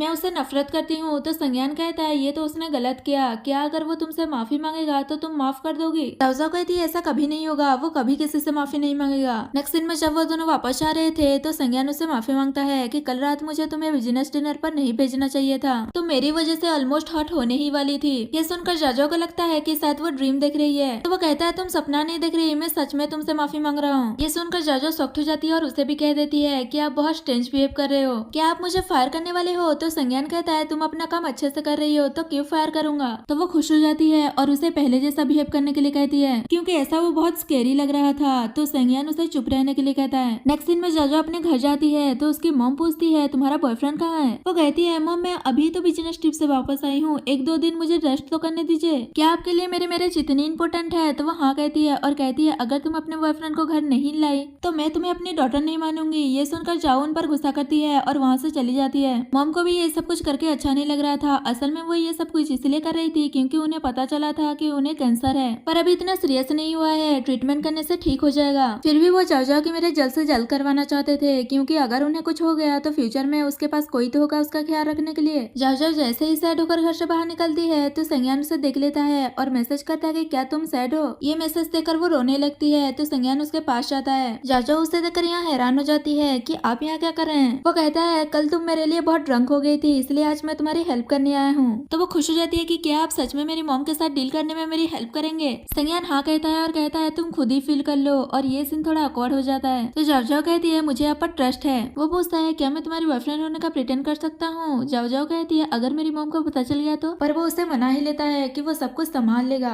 उसके बाद दोनों मॉम के पास जाते हैं और संज्ञान उनसे जाओ का बॉयफ्रेंड कहकर खुद को इंट्रोड्यूस कराता है और जाओ भी अपनी मॉम से माफी मांगती है कि मुझे आपसे ऐसी बात नहीं करनी चाहिए थी और संज्ञान को अपने बॉयफ्रेंड कहकर इंट्रोड्यूस कराती है। तो वो खुश हो जाती है और उन्हें डिनर करने के लिए कहती है। जब वो लोग डिनर कर रहे रहे थे तो मॉम पूछती है तुम लोग कब से डेटिंग कर रहे हो और कब मैरिज करने वाले हो। ये सुनकर तो जाओ के मुंह से खाना ही निकल जाता है और अपनी मॉम से कहती है आप ये क्या कह रही हैं, अभी तो हमने डेटिंग करना शुरू किया है, हम इतनी जल्दी कैसे मैरिज कर सकते हैं। तो संज्ञान कहने लगता है आंटी सही कह रही है, हमें अब मैरिज कर लेना चाहिए या फिर तुम बस मेरे साथ प्ले कर रही हो। ये सुनकर जाओ सोचने लगती है ये बस मेरे बॉयफ्रेंड होने का प्रिटेंड कर रहा है और देखो इसे पता नहीं क्या क्या बोल रहा है। तो मॉम उसे डांटते हुए कहती है मुझे लगा था कि ये मैरिज के लिए मना कर रहा होगा पर यहाँ तो तुम मैरिज के लिए मना कर रही हो, तुम इतनी इरिस्पॉन्सिबल कैसे हो सकती हो। तो संज्ञान उसे डिफेंड करने की कोशिश करता है और कहता है इसमें जाओ की कोई गलती नहीं है, असल में हम दोनों ही बिजी रहते हैं और हमें साथ में टाइम स्पेंड करने के लिए टाइम ही नहीं मिलता, इसलिए शायद जाओ ऐसा बोल रही होगी। पर मॉम कहती है मुझे पता है कि तुम उसे डिफेंड करने की कोशिश कर रहे हो पर अभी वो जो सोच रही है वो प्रॉब्लम क्रिएट कर सकता है, इसलिए मैं उससे बात करके आती हूँ, तुम डिनर करते रहो कहकर उसे अपने साथ ले जाती है। और ये सब देखकर संज्ञान खुश हो रहा था और फिर अपने कोट में लगे खाने को साफ करता है। तभी वो डस्टबिन में पड़े मॉम की मेडिकल रिपोर्ट देख लेता है और उसे पता चल जाता है कि उन्हें एक कैंसर है। दूसरी साइड मॉम जाओ को समझाती है और पूछती है कि असल में तुम्हारे माइंड में चल क्या रहा है बताओ। वो कहती है हमने अभी तो डेटिंग करना शुरू किया है, हमें थोड़े दिन साथ में टाइम स्पेंड करने तो दीजिए, अगर सब कुछ सही रहा तो मैं प्रॉमिस करती हूँ कि हम मैरिज कर लेंगे। तो उसकी मॉम मान जाती है और कहती है तुम किसी के साथ भी प्ले करने के बारे में सोचना भी मत। जाजो कहती है मॉमी आप क्या कह रही हैं, आपको नहीं पता कि आपकी डॉटर कैसी है। तो मान जाती है और फिर दोनों बाहर आते हैं और फिर मॉम संज्ञान से पूछती है कि तुम क्या काम करते हो। वो सच बताने वाला था पर जाजो के रोकने पर वो झूठ बोल देता है कि वो एक कंपनी में मैनेजमेंट डिपार्टमेंट में काम करता है। मॉम तो इसमें ही खुश हो जाती है और कहती है तुम दोनों काम में बहुत ही बिजी रहते हो, इसलिए तुम दोनों को साथ में रहना चाहिए ताकि तुम दोनों को साथ में रहने का टाइम मिल सके और अपने रिलेशनशिप को कल्टीवेट करो। वो तो सासाओं की सामान भी पैक करके ले आती है और कहती है मैं ओपन माइंडेड हूँ, अगर तुम गुड न्यूज भी दोगे तो चलेगा। ये सब सुनकर जाजो तो सॉफ्ट हो जाती है और सोचती है इतना ओपन माइंडेड भी नहीं होना था और वो मना करने वाली थी पर संज्ञान उसे रोक देता है और वो साथ में रहने के लिए मान जाता है। नेक्स्ट सीन में वो दोनों घर के बाहर होते हैं तो जाओ उसे थैंक यू कहती है आज उसकी हेल्प के लिए और कहती है आज रात में होटल में रुक जाती हूँ और कल अपने लिए एक अपार्टमेंट ढूंढ लूंगी। तो संज्ञान कहता है अगर तुम्हारी मॉम को पता चला कि तुम अकेले रह रही हो तो तुम उन्हें कैसे एक्सप्लेन करोगी और उसे अपने घर पर चलने के लिए कहता है। पर पहले तो वो मना कर रही थी कि आपकी गर्लफ्रेंड को मिसअंडरस्टैंडिंग हो जाएगा। वो कहता है नहीं होगा और सोचता है तुम ही तो मेरी गर्लफ्रेंड हो और फिर उसका सामान लेकर गाड़ी में रख देता है और उसे गाड़ी में बैठने के लिए कहता है। तो वो उसके साथ जाने के लिए मान जाती है। तभी संज्ञान उसके क्लोज जाकर उसका सीट बेल्ट लगाता है। उसके बाद दोनों जैसे ही घर जाते हैं अंधेरे की वजह से जाओ गिरने वाली थी पर संज्ञान उसे पकड़ लेता है और वो लाइट ऑन करता है और फिर वो जाओ को उसका रूम दिखा देता है और कहता है अगर तुम्हें किसी भी चीज की जरूरत होगी तो मुझे बोल देना, मेरा साइड वाला ही रूम है और उसे प्यार से रेस्ट करने के लिए कहकर अपने रूम में चला जाता है। नेक्स्ट मॉर्निंग संज्ञान की मॉम उससे मिलने आई थी और उसके लिए कुछ फ्रूट्स वगैरह लेकर आई थी। तभी वो वहाँ पर जाजो को देख लेती है और उन्हें लगता है कि ये संज्ञान की गर्लफ्रेंड है। संज्ञान नहीं चाहता था कि वो दोनों अभी मिले पर मॉम तो उससे बात करने लगती है कि अच्छा हुआ कि तुम संज्ञान के साथ हो वरना पता नहीं ये कब तक सिंगल रहने वाला था और बताने लगती है कि इतने सालों में इसके आसपास एक भी लड़की नहीं दिखी, हमें तो लगने लगा था कि ये मेंस को लाइक करता है। ये सुनकर तो संज्ञान उन्हें जल्दी से भेज देता है कि हमें अभी जॉब पर भी जाना है, हम बाद में बात करेंगे। ये सब सुनकर जाजा भी हंसने लगती है और संज्ञान से कहती है कि आंटी को हमारे रिलेशनशिप के बारे में मिसअंडरस्टैंडिंग हो गई है, अब हम क्या करेंगे। तो वो उससे एक फेवर मांगता है और कहता है क्या तुम भी मेरी गर्लफ्रेंड होने का प्रिटेंड कर सकती हो। जाजा कहती है क्या हमें अपने फैमिलीज को ऐसे झूठ बोलना सही रहेगा। तो संज्ञान कहता है एक काम करते हैं हम दोनों अभी साथ में हो जाते हैं और जब हमें अपनी ट्रू पार्टनर्स मिल जाएंगे तो हम ब्रेकअप कर लेंगे और फैमिली वालों को बोल देंगे कि हम दोनों एक दूसरे के लिए सुइटेबल नहीं थे इसलिए हमने ब्रेकअप कर लिया। जाजा को भी ये आइडिया अच्छा लगता है और वो मान जाती है और फिर वो अपने ऑनलाइन बॉयफ्रेंड से पहले जो कुछ भी हुआ उसके लिए माफी मांगते हुए फिर से मिलने के लिए कहती है। ये मैसेज देखकर संज्ञान परेशान हो जाता है क्योंकि वो अभी उसे सच नहीं बताना चाहता था और झूठ बोल देता है कि मैं बिजनेस ट्रिप के लिए अब्रॉड आया हूँ और 1 महीने यहीं पर रहूंगा। और फिर दोनों कंपनी जा रहे थे तो संज्ञान उसे अपने साथ चलने के लिए कहता है पर जाजा तो मना कर रही थी। तो संज्ञान कहता है हम दोनों ही ऑफिस जा रहे हैं तो इतना फॉर्मल क्यों हो रही हो, साथ में चलते हैं। और फिर दोनों साथ में जाते हैं तो संज्ञान उसे ऑफिस स्टॉप कर देता है और वो बाद में जाने वाला था क्योंकि उसे कुछ काम था। ये सीन कुछ एम्प्लॉइज भी देख लेते हैं और जाजा की फ्रेंड उसे लेकर अंदर चली जाती है और एम्प्लॉइज आपस में बात करते हैं कि लगता है बॉस और जाजा के बीच कुछ चल रहा है, अगर ऐसा है तो सिस्टर सुरंग का क्या होगा। किन्यून कहती है बॉस कभी भी जाजा जैसी लड़की को लाइक नहीं कर सकते और सिस्टर सुरन आने ही वाली है और वो आते ही जाजा को कंपनी से बाहर निकलवा देगी। दूसरी साइड जाजा की फ्रेंड उसे पूछ रही थी कि बताओ तुम्हारे और बॉस के बीच क्या चल रहा है। वो कहती है ऐसा कुछ नहीं है। तो सियाकिन कहती है अगर कुछ नहीं है तो तुम बॉस के साथ उन्हीं के कार में क्यों आई। वो कुछ नहीं बता रही थी तो कहती है ये सब कुछ किन्यून और बाकी एम्प्लॉइज ने देखा है, वो जरूर तुम्हें टारगेट करेंगे तो मैं तुम्हारी हेल्प नहीं करूंगी। तो जाजा उसे सब कुछ बता देती है कि बॉस ने उसे गर्लफ्रेंड बनने का प्रिटेंड करने के लिए कहा है। ये सुनकर तो वो शॉक्ड हो जाती है। जाजा उसे ये सब सीक्रेट रखने के लिए कहती है। तभी वहाँ पर किन्यून बाकी एम्प्लॉइज के साथ आती है और जाजा उसे कहती है कि तुम क्या सीक्रेट बातें कर रही रही हो? जाओ कुछ नहीं कह रही थी तो वो गुस्से में कहती है तुम्हारी वजह से हमारा वो कोलैबोरेशन नहीं हो पाया। सिस्टर सुरंग को आने दो, वो तुम्हें छोड़ेगी नहीं। पर जाओ कहती है हो गया या फिर कुछ और है कहने को, और वो उन्हें ये कहकर वहाँ से चली जाती है कि मुझे बॉस को फाइल देने जाना है। उसके बाद वो संज्ञान को फाइल देने जाती है और फाइल्स को चेक करने के लिए कहती है, पर वो उसे सामान पैक करने के लिए कहता है। ये सुनकर जाओ को लगता है कि शायद प्रोजेक्ट में गड़बड़ी होने की वजह से वो उसे फायर कर रहा है, पर संज्ञान क्लियर करता है कि वो उसे फायर नहीं कर रहा बल्कि वो आज से उसी के ऑफिस में काम करेगी। ये सुनकर वो शॉक्ड हो जाती है और सोचती है आज सुबह मैं तुम्हारे साथ क्या आ गई, सब लोग मेरे एनिमीज बन चुके हैं और अब अगर उन्हें ये पता चलेगा कि मैं यहाँ मूव होने वाली हूँ तो वो तो मुझे जिंदा खा जाएंगे। उसके बाद वो अपना सामान पैक करने जाती है तो उसकी फ्रेंड पूछती है तुम अपना सामान क्यों पैक कर रही हो? तो किन्यून कहती है उस प्रोजेक्ट की वजह से बॉस ने इसे फायर कर दिया होगा। जाजा कहती है तो फिर तुम्हें डिसअपॉइंट होना पड़ेगा क्योंकि मुझे फायर नहीं किया गया बल्कि बॉस ने मुझे उनके ऑफिस में वर्क करने के लिए कहा है, और उसकी इंसल्ट कर देती है। तो वो गुस्से में थप्पड़ मारने वाली थी पर जाजा उसे रोक देती है और कहती है तुम्हें क्या लगता है पास्ट में तुमने मेरे खिलाफ जो प्लानिंग की थी मुझे नहीं पता, मुझे सब पता है। अगर दोबारा तुमने ऐसा कुछ किया तो तुम्हें पेबैक करना होगा। तभी वहाँ पर सूरन आती है, वो और संज्ञान फैमिली फ्रेंड्स हैं। सूरन को देखते ही कि न्यून उसके पास जाती है पर वो उसे इग्नोर करके जाजा के पास जाकर संज्ञान के बारे में पूछती है तो बता देते हैं कि वो ऑफिस में है। सूरन जैसे ही उसे मिलने जाती है तो वो कहता है नेक्स्ट टाइम जब आओगी तो नॉक करके आना। तो वो कहती है मैं तुम्हारी वजह से 1 बिलियन के प्रोजेक्ट को 1 महीने से हैंडल कर रही थी तो क्या तुम मुझसे थोड़े से जेंटल नहीं रह सकते? पर संज्ञान कहता है तुमने अच्छा काम किया, इसका बोनस तुम्हें मिल जाएगा। इतने में वहाँ पर जाजा अपने सामान के साथ आ जाती है तो संज्ञान उसे कुछ ज्यादा ही अटेंशन दे रहा था और उसे उसकी जगह वगैरह भी दिखाता है कि उसे कहाँ बैठकर काम करना है। ये देखकर सूरन बहुत ही जलीस होती है और वो जाजा से कहती है कि यहाँ पर हम बहुत सारे मीटिंग्स करते हैं इसलिए तुम मेरे ऑफिस में आ जाओ वर्क करने के लिए। पर संज्ञान उसे मना कर देता है कि इसकी कोई जरूरत नहीं है, मैंने इसे यहाँ पर बुलाया है, और उसे पूछता है कि क्या तुम्हें कोई और काम है? तो मना कर देती है और वहाँ से जा रही थी। और फिर जाजा से कहती है कि आज रात में डिनर ट्रीट दे रही हूँ तो ग्रुप में एड्रेस भेज दूंगी, तुम भी आ जाना। तो जाजा मान जाती है। उसके बाद संज्ञान उसे ग्रुप में ऐड करने के लिए कहता है। नेक्स्ट सीन में किन्यून एक एम्प्लॉय के साथ सूरन के पास जाते हैं और वो उसे जाजो के खिलाफ भड़काने लगते हैं कि जरूर जाजो और बॉस के बीच कुछ चल रहा है, वो तो उनके ऑफिस में भी काम करने चली गई। पर सूरन कहती है तुम लोग कुछ ज्यादा ही सोच रहे हो, जाजो ऐसी नहीं है, वो एक सिंपल माइंडेड गर्ल है और उसकी वर्क एबिलिटी भी बहुत अच्छी है, उसे टारगेट करना बंद करो। तो वो कहते हैं हम तो आपकी अच्छे के लिए बोल रहे हैं। तो सूरन कहती है आज रात में डिनर ट्रीट दे रही हूँ और वहाँ पर जाजो को भी इन्वाइट किया है, टाइम आने पर तुम लोग मेरे लिए उसे संभाल लेना। और फिर उनके जाने के बाद सूरन संज्ञान की मॉम को फोन करती है और बताती है कि मैंने नोटिस किया है कि आजकल संज्ञान कुछ ज्यादा ही अपने असिस्टेंट के क्लोज हो रहा है। ये सुनकर मॉम गुस्सा करने लगती है क्योंकि उन्हें नहीं पता था कि संज्ञान की असिस्टेंट ही उसकी गर्लफ्रेंड है और उन्हें जाजा का नाम भी नहीं पता था, इसलिए वो वरीड हो रही थी कहीं वो अपने गर्लफ्रेंड के साथ कुछ गलत न कर रहा हो, और वो गुस्से में संज्ञान से मिलने चली जाती है। दूसरी साइड वो दोनों बहुत ही क्लोज होकर काम की बात कर रहे थे। इतने में वहाँ पर मॉम आ जाती है और संज्ञान पर चिल्लाने लगती है। तभी वो नोटिस करती है कि वो तो संज्ञान की गर्लफ्रेंड ही है, तो वो रिलैक्स होती है और फिर उनसे माफी मांगने लगती है कि मुझे नहीं पता था कि तुम्हारी असिस्टेंट ही तुम्हारी गर्लफ्रेंड है, मुझे तो सूरन ने बताया कि तुम एक लड़की के क्लोज हो रहे थे, तुम्हें वरीड होकर यहाँ आ गई ये चेक करने कहीं तुम अपने गर्लफ्रेंड के साथ गलत तो नहीं कर रहे हो, पर मैंने तो ये एक्सपेक्ट ही नहीं किया था। तो संज्ञान अपनी मॉम को सुरंग से कॉन्टेक्ट रखने से मना करता है तो वो मान जाती है और फिर मॉम जाजो से माफी मांगने लगती है कि उसे मिसअंडरस्टैंडिंग हो गई थी। वो कहती है कोई बात नहीं आंटी, मैं आपके लिए पानी लेकर आती हूँ, आप बैठिए। ऑफिस के एम्प्लॉइज भी बातें करने लगते हैं कि बॉस की मॉम आई है, वो इतनी आसानी से जाजो को जाने नहीं देंगे, इसमें जाजो की ही फॉल्ट है, उसकी हिम्मत कैसे हुई बॉस के क्लोज होने की। तो सूरन अच्छी बनते हुए कहती है आप लोग ऐसी बातें मत कीजिए, हो सकता है कि जाजो ऐसी पर्सन ना हो। इतने में वहाँ पर मॉम जाजो से अच्छे से बात करते हुए आ रही थी कि आज हम लंच के लिए बाहर जाएंगे, तो संज्ञान मना करता है कि इसे अभी काम करना है। ये देखकर तो सब शॉक्ड हो जाते हैं और सुरंग जाकर उनसे बात करने लगती है कि आंटी आप क्यों कंपनी आई हैं? मॉम समझ गई थी कि वो क्या करना चाहती थी, इसलिए वो गुस्से में कहती है तुम्ही ने तो कहा था कि संज्ञान अपने असिस्टेंट के बहुत ही क्लोज हो रही है, इसलिए मैं वही चेक करने आई थी। तो वो एक्सप्लेन करने लगती है कि मेरे कहने का मतलब ये नहीं था। तो मॉम इस बात को जानने देने के लिए कहती है और जाजा से कहती है थोड़ी देर बाद लंच टाइम होने ही वाला है, मैं तुम्हारा थोड़ी देर और वेट कर लेती हूँ। सुरन पूछती है आंटी क्या आप जाजो को पहले से जानती हैं? वो कहती है ऑफ कोर्स, और वो सच बताने वाली थी कि वो संज्ञान की गर्लफ्रेंड है। तब जाजो बीच में बोलने लगती है आप जाइए, मैं अपना काम खत्म करने के बाद लंच के लिए आ जाऊंगी। तो वो खुश हो जाती है। संज्ञान को जब लगता है कि उसकी मॉम उसे इन्वाइट नहीं कर रही तो वो आवाज करता है, तो मॉम उसे भी आने के लिए कहती है और फिर सब लोग वहाँ से चले जाते हैं। और फिर एम्प्लॉय सुरन को जाजो के खिलाफ भड़काने लगते हैं और कहते हैं हमें तो लगा था मिसेस सेन जाजो को सबक सिखाएंगी, पर ऐसा कुछ नहीं हुआ। तो सुरन कहती है कोई बात नहीं, आज जाओ हमारे साथ डिनर पर जाने वाली है। नेक्स्ट सीन डिनर का दिखा जाता है। जब जाओ रेस्टोरेंट जाती है डिनर के लिए तो वो लेट हो गई थी, इसलिए किन्यून उसे पनिशमेंट के लिए ड्रिंक करने के लिए कहती है। तो वो कहती है तुमने हमें 8 बजे का टाइम दिया था, इसका मतलब तुम्हें हमें रॉन्ग टाइम बताया था। किन्यून कहती है क्या नॉनसेंस बातें कर रही हो, मैंने क्लियरली 7:30 का टाइम कहा था। और उन दोनों के बीच आर्गुमेंट होने लगती है। तो सुरंग उन्हें शांत कराकर डिनर करने के लिए कहती है। उसके बाद सब लोग ड्रिंक कर रहे थे पर जाओ ने कर रही थी क्योंकि वो ज्यादा ड्रिंक हैंडल नहीं कर पाती। तो सब लोग उसे सुरंग के खातिर ही ड्रिंक करने के लिए कहते हैं। उसकी फ्रेंड भी कहती है थोड़ा सा ड्रिंक कर लो, मैं ड्रिंक हैंडल कर पाती हूँ तो तुम्हें सेफली घर पहुँचा दूंगी। और फिर सब लोग ड्रिंक करने लगते हैं तो जाजो बहुत ड्रंक हो जाती है। तभी उसके फ्रेंड को एक फोन आता है तो वो अटेंड करने के लिए बाहर जाती है और फिर एम्प्लॉय जाजो से कहती है क्या हम तुम्हें ड्रॉप कर दें, पर वो मना करते हुए खुद वहाँ से चली जाती है। और ये देखकर वो लोग स्माइल करने लगते हैं। और फिर जैकिंग जब वापस आती है तो वो जाजो के बारे में पूछती है तो सुरंग बताती है वो तुम्हें ढूंढते हुए गई थी, हमने तो उसे ऑफर भी किया था कि हम उसे छोड़ देंगे, पर वो मना करते हुए खुद चली गई। तो वरीड होते हुए उसे ढूंढने चली जाती है। वही संज्ञान को भी इस बारे में पता चल जाता है कि जाजो नहीं मिल रही, तो वो वरीड होकर उसे ढूंढने निकल जाता है। दूसरी साइड दो लोग जाजो को एक रूम में लेकर गए थे और वो उसकी वीडियो बनाकर अपलोड करने की प्लानिंग कर रहे थे। और एक पर्सन जैसे ही उसके क्लोज आता है तो जाजो जग जाती है। तो पहले तो उन्हें डराती है कि मैंने पुलिस को फोन कर दिया है। तो वो इससे गुस्सा हो जाते हैं और कहते हैं अगर आज हम जेल गए तो तुम्हें छोड़ेंगे नहीं, कहकर उसके क्लोज हो रहे थे। तभी वहाँ पर संज्ञान और जैकिंग आ जाते हैं और उसे सेव कर लेते हैं। और फिर संज्ञान उन्हें मार रहा था तो वो बताते हैं कि ये हम खुद ने नहीं किया बल्कि हमें किसी ने हायर किया था ये करने के लिए। और फिर संज्ञान के पूछने पर बताते हैं कि दो वुमेन ने उन्हें 1 लाख युआन दिया था जाओजाओ के साथ वीडियो बनाने के लिए। और फिर उससे माफी मांगने लगते हैं कि हमें जाने दो, हम दोबारा ऐसा कभी नहीं करेंगे। जैकिंग कहते हैं जरूर ये किन्यून और जंगजी ने किया होगा। तो संज्ञान उन्हें गुस्से में फोन करता है और होटल रूम में आने के लिए कहता है। और फिर जैकिंग जाओजाओ को वहाँ से लेकर जा रही थी तो जाओजाओ कहती है वो सभी कितने गुस्से में है। तो वो कहती है तुम इस बारे में क्यों सोच रही हो, और उसे डरती है कि तुम्हें खुद को डेंजर में डालने की क्या जरूरत थी, तुम्हें पता भी है कि अगर हम टाइम पर नहीं आते तो क्या हो सकता था। जाओजाओ बताती है कि मैं बस ड्रंक होने का प्रिटेंड कर रही थी, मुझे पता था कि किन्यून और कुछ प्लान कर रहे हैं, इसलिए मैं भी उनके साथ प्ले कर रही थी और मैंने तुम्हें मैसेज भी तो किया था। तभी वहाँ पर वो तीनों आ जाते हैं। किन्यून उसे सही सलामत देखकर शॉक्ड हो जाती है। जाओजाओ कहती है तुम मुझे सही सलामत देखकर सरप्राइज हो गई क्या, तो वो चुप हो जाती है। तभी सुरन अच्छी बनती हुई उससे कहती है कि तुम ठीक तो हो ना, तुम्हें कुछ हुआ तो नहीं। इतने में ही संज्ञान उन्हें अंदर बुला लेता है तो वो गुंडे किन्यून को देखकर पहचान जाते हैं और कहने लगते हैं कि इन्हीं ने ही हमें हायर किया था ये सब कुछ करने के लिए। तो संज्ञान उन्हें इस बारे में एक्सप्लेन करने के लिए कहता है तो वो लोग मना कर देते हैं कि हमने ऐसा कुछ नहीं किया, ये जाओजाओ ही है जो इन लोगों के साथ मिलकर हमें फ्रेम कर रही है। तभी जैकिंग कहती है इसने तुम दोनों बेवकूफ का फायदा उठाया और तुम्हें पता नहीं चला। और सुरन को देख रही थी तो वो पूछती है तुम मुझे ऐसे क्यों देख रही हो, मुझे इस बारे में कुछ नहीं पता। वो कहती है क्योंकि तुम जो कहती हो वही होता है, मुझे तो तुमसे कुछ गड़बड़ करने की स्मेल आ रही है। उनमें से कोई भी कुछ भी एडमिट नहीं कर रहा था तो संज्ञान पुलिस को फोन करने लगता है। तभी किन्यून और एम्प्लॉय उससे माफी मांगने लगते हैं कि हमसे गलती हो गई, हमें माफ कर दीजिए, हमें जेल नहीं जाना।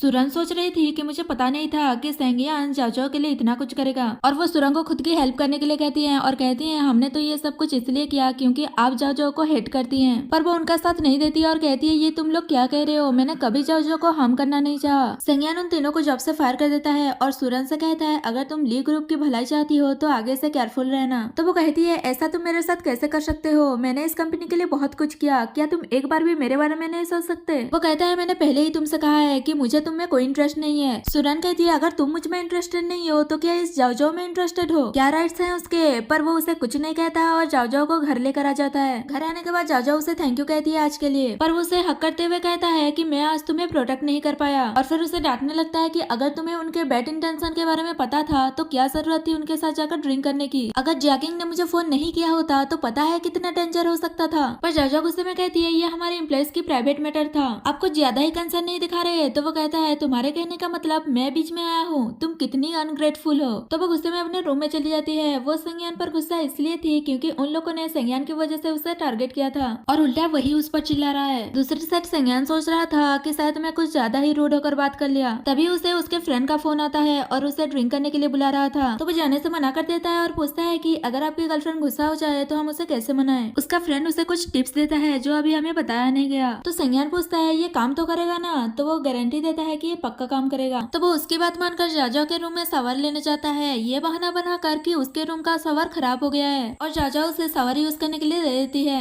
संज्ञान जैसे सवार लेने जाता है जाओजाओ उसे इमेजिन करके नर्वस हो रही थी और फिर वो अपने आप को कंट्रोल करती है। तभी वहाँ पर संज्ञान सवार लेकर आ जाता है और वो जाओजाओ को सेड्यूस करने लगता है क्योंकि उसके फ्रेंड ने उसे यही एडवाइस दिया था कि वो अपने मस्कुलर बॉडी से जाओजाओ को इम्प्रेस करके पटा ले। और फिर वो फ्लर्ट करते हुए पूछता है कि मैं कैसा दिख रहा हूँ। वो उसे देखकर थोड़ी बहुत इम्प्रेस तो हो जाती है पर कहने लगती है तुम इतने भी अच्छे नहीं दिख रहे, मेरे ऑनलाइन बॉयफ्रेंड तुमसे ज्यादा हैंडसम दिखता है, उसके 6 पैक्स हैं। तो वो पूछता है क्या तुमने उसे देखा है। तो जाओजाओ मना कर देती है और फिर संज्ञान उसके क्लोज आकर कहता है ठीक है मैं गिव अप करता हूँ, तुम्हारा ऑनलाइन बॉयफ्रेंड ही ज्यादा हैंडसम है। और वो आज उससे रुडली बात करने के लिए माफी मांगता है और पूछता है कि क्या तुम गुस्सा हो। वो कहती है मैं गुस्सा नहीं हूँ। तो संज्ञान कहता है तो फिर मुझसे प्रॉमिस करो कि जब मैं तुम्हारे साथ नहीं रहूंगा तो तुम ड्रिंक नहीं करोगी। वो पूछती है कि क्यों। तो वो बताता है कि मैं तुम्हारी परवाह करता हूँ। ये सुनते ही ही वो उसे ये कहकर वहाँ से जाने के लिए कहती है कि अभी उसे सोना है। वो गुड नाइट कहकर वहाँ से चला जाता है। नेक्स्ट सीन में दोनों ही सो रहे थे पर किसी को नींद नहीं आ रही थी और जाओ को संज्ञान की कही हुई बात याद आ रही थी। नेक्स्ट डे संज्ञान कुछ इस तरीके का ड्रेसअप हो रहा था जिसे देखकर जाओ हैरान हो रही थी।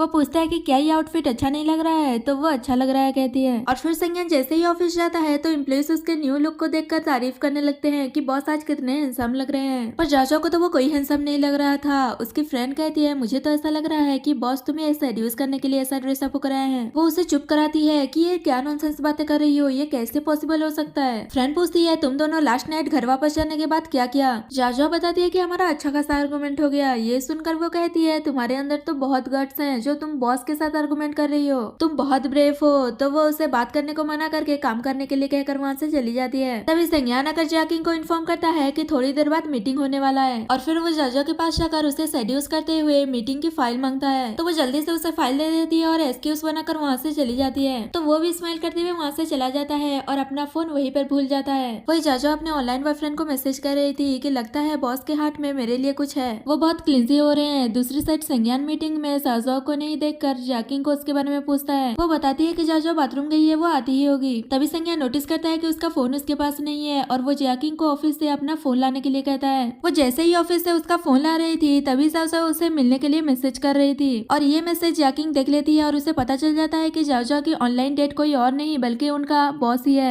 और वो जाजो को बताने का डिसाइड करती है और फिर वो वापस मीटिंग रूम में चली जाती है। थोड़ी देर बाद जाजो भी मीटिंग अटेंड करने आती है और फिर उनका मीटिंग स्टार्ट होता है। जैसे ही मीटिंग खत्म होता है जैकिंग जाजो को बताने वाली थी कि उसका ऑनलाइन डेट कौन है, पर तभी जाजो को पता चलता है कि उसकी मॉम बेहोश हो गई थी और वो हॉस्पिटल में है। ये जानने के बाद वो दोनों हॉस्पिटल जा रहे थे। तभी संज्ञान उन्हें देख लेता है और पूछता है कि क्या हुआ। जैकिंग बताती है कि इसकी मॉम हॉस्पिटल में है। तो वो उसका हाथ पकड़कर कहता है कि मैं इसे ले जाता हूँ और जैकिंग बस उन्हें जाते हुए देखती रह जाती है। नेक्स्ट दिन हॉस्पिटल में दिखा जाजो अपनी मॉम से मिलती है और पूछती है कि आपको क्या हुआ था। तो वो बताती है कि कुछ नहीं, बस थोड़ा ब्लड शुगर लेवल लो हो गया था। तो वो सोचती है सडनली ऐसा कैसे हो गया और वो डॉक्टर से अपने मॉम के बारे में पूछती है। वो सच बताने वाला था पर मॉम उसे रोक देती है और उसे वहाँ से जाने के लिए कहती है कि मैं अपने बेटी से बात कर लूंगी। पर जाजो डॉक्टर को रोक कर पूछती है कि मेरी मॉम को क्या हुआ। तो वो बता देता है कि उन्हें लंग कैंसर है। ये सुनकर जाजो वरीड हो जाती है और अपनी मॉम से पूछती है कि आपने मुझे पहले बताया क्यों नहीं। वो कहती है मैं अगर तुम्हें पहले बता देती तो तुम वरीड हो जाती और मैं ये नहीं चाहती थी और वैसे भी मैं ठीक हूँ, मुझे कुछ नहीं हुआ। फिर भी वो बहुत वरीड हो रही थी। तो संज्ञान उससे कहता है कि मैंने पहले ही एक फेमस डॉक्टर से बात कर ली है, अभी वो अब्रॉड में है, जब वो सिटी वापस आएगा तो हम आंटी की ट्रीटमेंट उससे करवा लेंगे। ये सुनकर वो खुश हो जाती है। क्या सच में मेरी मॉम ठीक हो जाएगी। इतने में जैकिंग भी वरीड होते हुए वहाँ पर आ जाती है। तो जाजो उसे हक करके रोने लगती है। तो मॉम कहती है इसलिए मैं तुम्हें पहले नहीं बता रही थी, देखो तो इससे कैसे रो रही है, मैं अभी ठीक हूँ। तभी संज्ञान जाजो को कहता है कि तुम यहाँ रहकर आंटी की केयर करो, हम दोनों जाकर डॉक्टर से बात करते हैं, कहीं कोई और टेस्ट की जरूरत तो नहीं। जाजो मान जाती है और अपनी मॉम से बातें करने लगती है। तो वो कहती है पहले मैंने तुम्हें मैरिज के लिए फोर्स किया था, क्या तुम मुझ पर गुस्सा हो। वो मना करते हुए कहती है कि मुझे पता है आप मेरे अच्छे के बारे में सोच रहे थे। और फिर मॉम अपनी डेथ की बातें करने लगती है कि अगर मैं चली गई तो तुम अकेली हो जाओगी। पर वो उन्हें ऐसी बातें करने से मना करती है। तो मॉम कहती है मैं तो तुम्हारी और संज्ञान की मैरिज की वेट कर रही हूँ और फिर तुम्हारे बच्चों के साथ खेलना भी तो है। वही जैकिंग भी आंटी के लिए परेशान हो रही थी। तभी संज्ञान उसे समझाता है कि अभी उनकी अर्लियर स्टेज है तो उनकी ज्यादा चांस है रिकवर होने का। और फिर जैकिंग पूछती है कि आप ही जाओ की ऑनलाइन डेट हो ना। ये सुनकर वो शॉक्ड हो जाता है और पूछता है कि तुम्हें कैसे पता चला। वो माफी मांगते हुए बताती है कि जब मैं आपका फोन लेकर आ रही थी तभी जाजो ने आपको मैसेज किया था और मैंने गलती से उसे देख लिया। और फिर उस पर गुस्सा करता है कि आपने अभी तक जाजो को बताया क्यों नहीं, क्या आप उसकी फीलिंग्स के साथ प्ले कर रहे हो। वो मना करते हुए बताता है कि मुझे भी लास्ट बिजनेस ट्रिप में ही पता चला है और फिर मुझे वरीड होने लगा कि अगर उसे पता चलेगा कि उसकी ऑनलाइन डेट मैं हूँ तो पता नहीं वो कैसे रिएक्ट करेगी, इसलिए मैंने उसे नहीं बताया।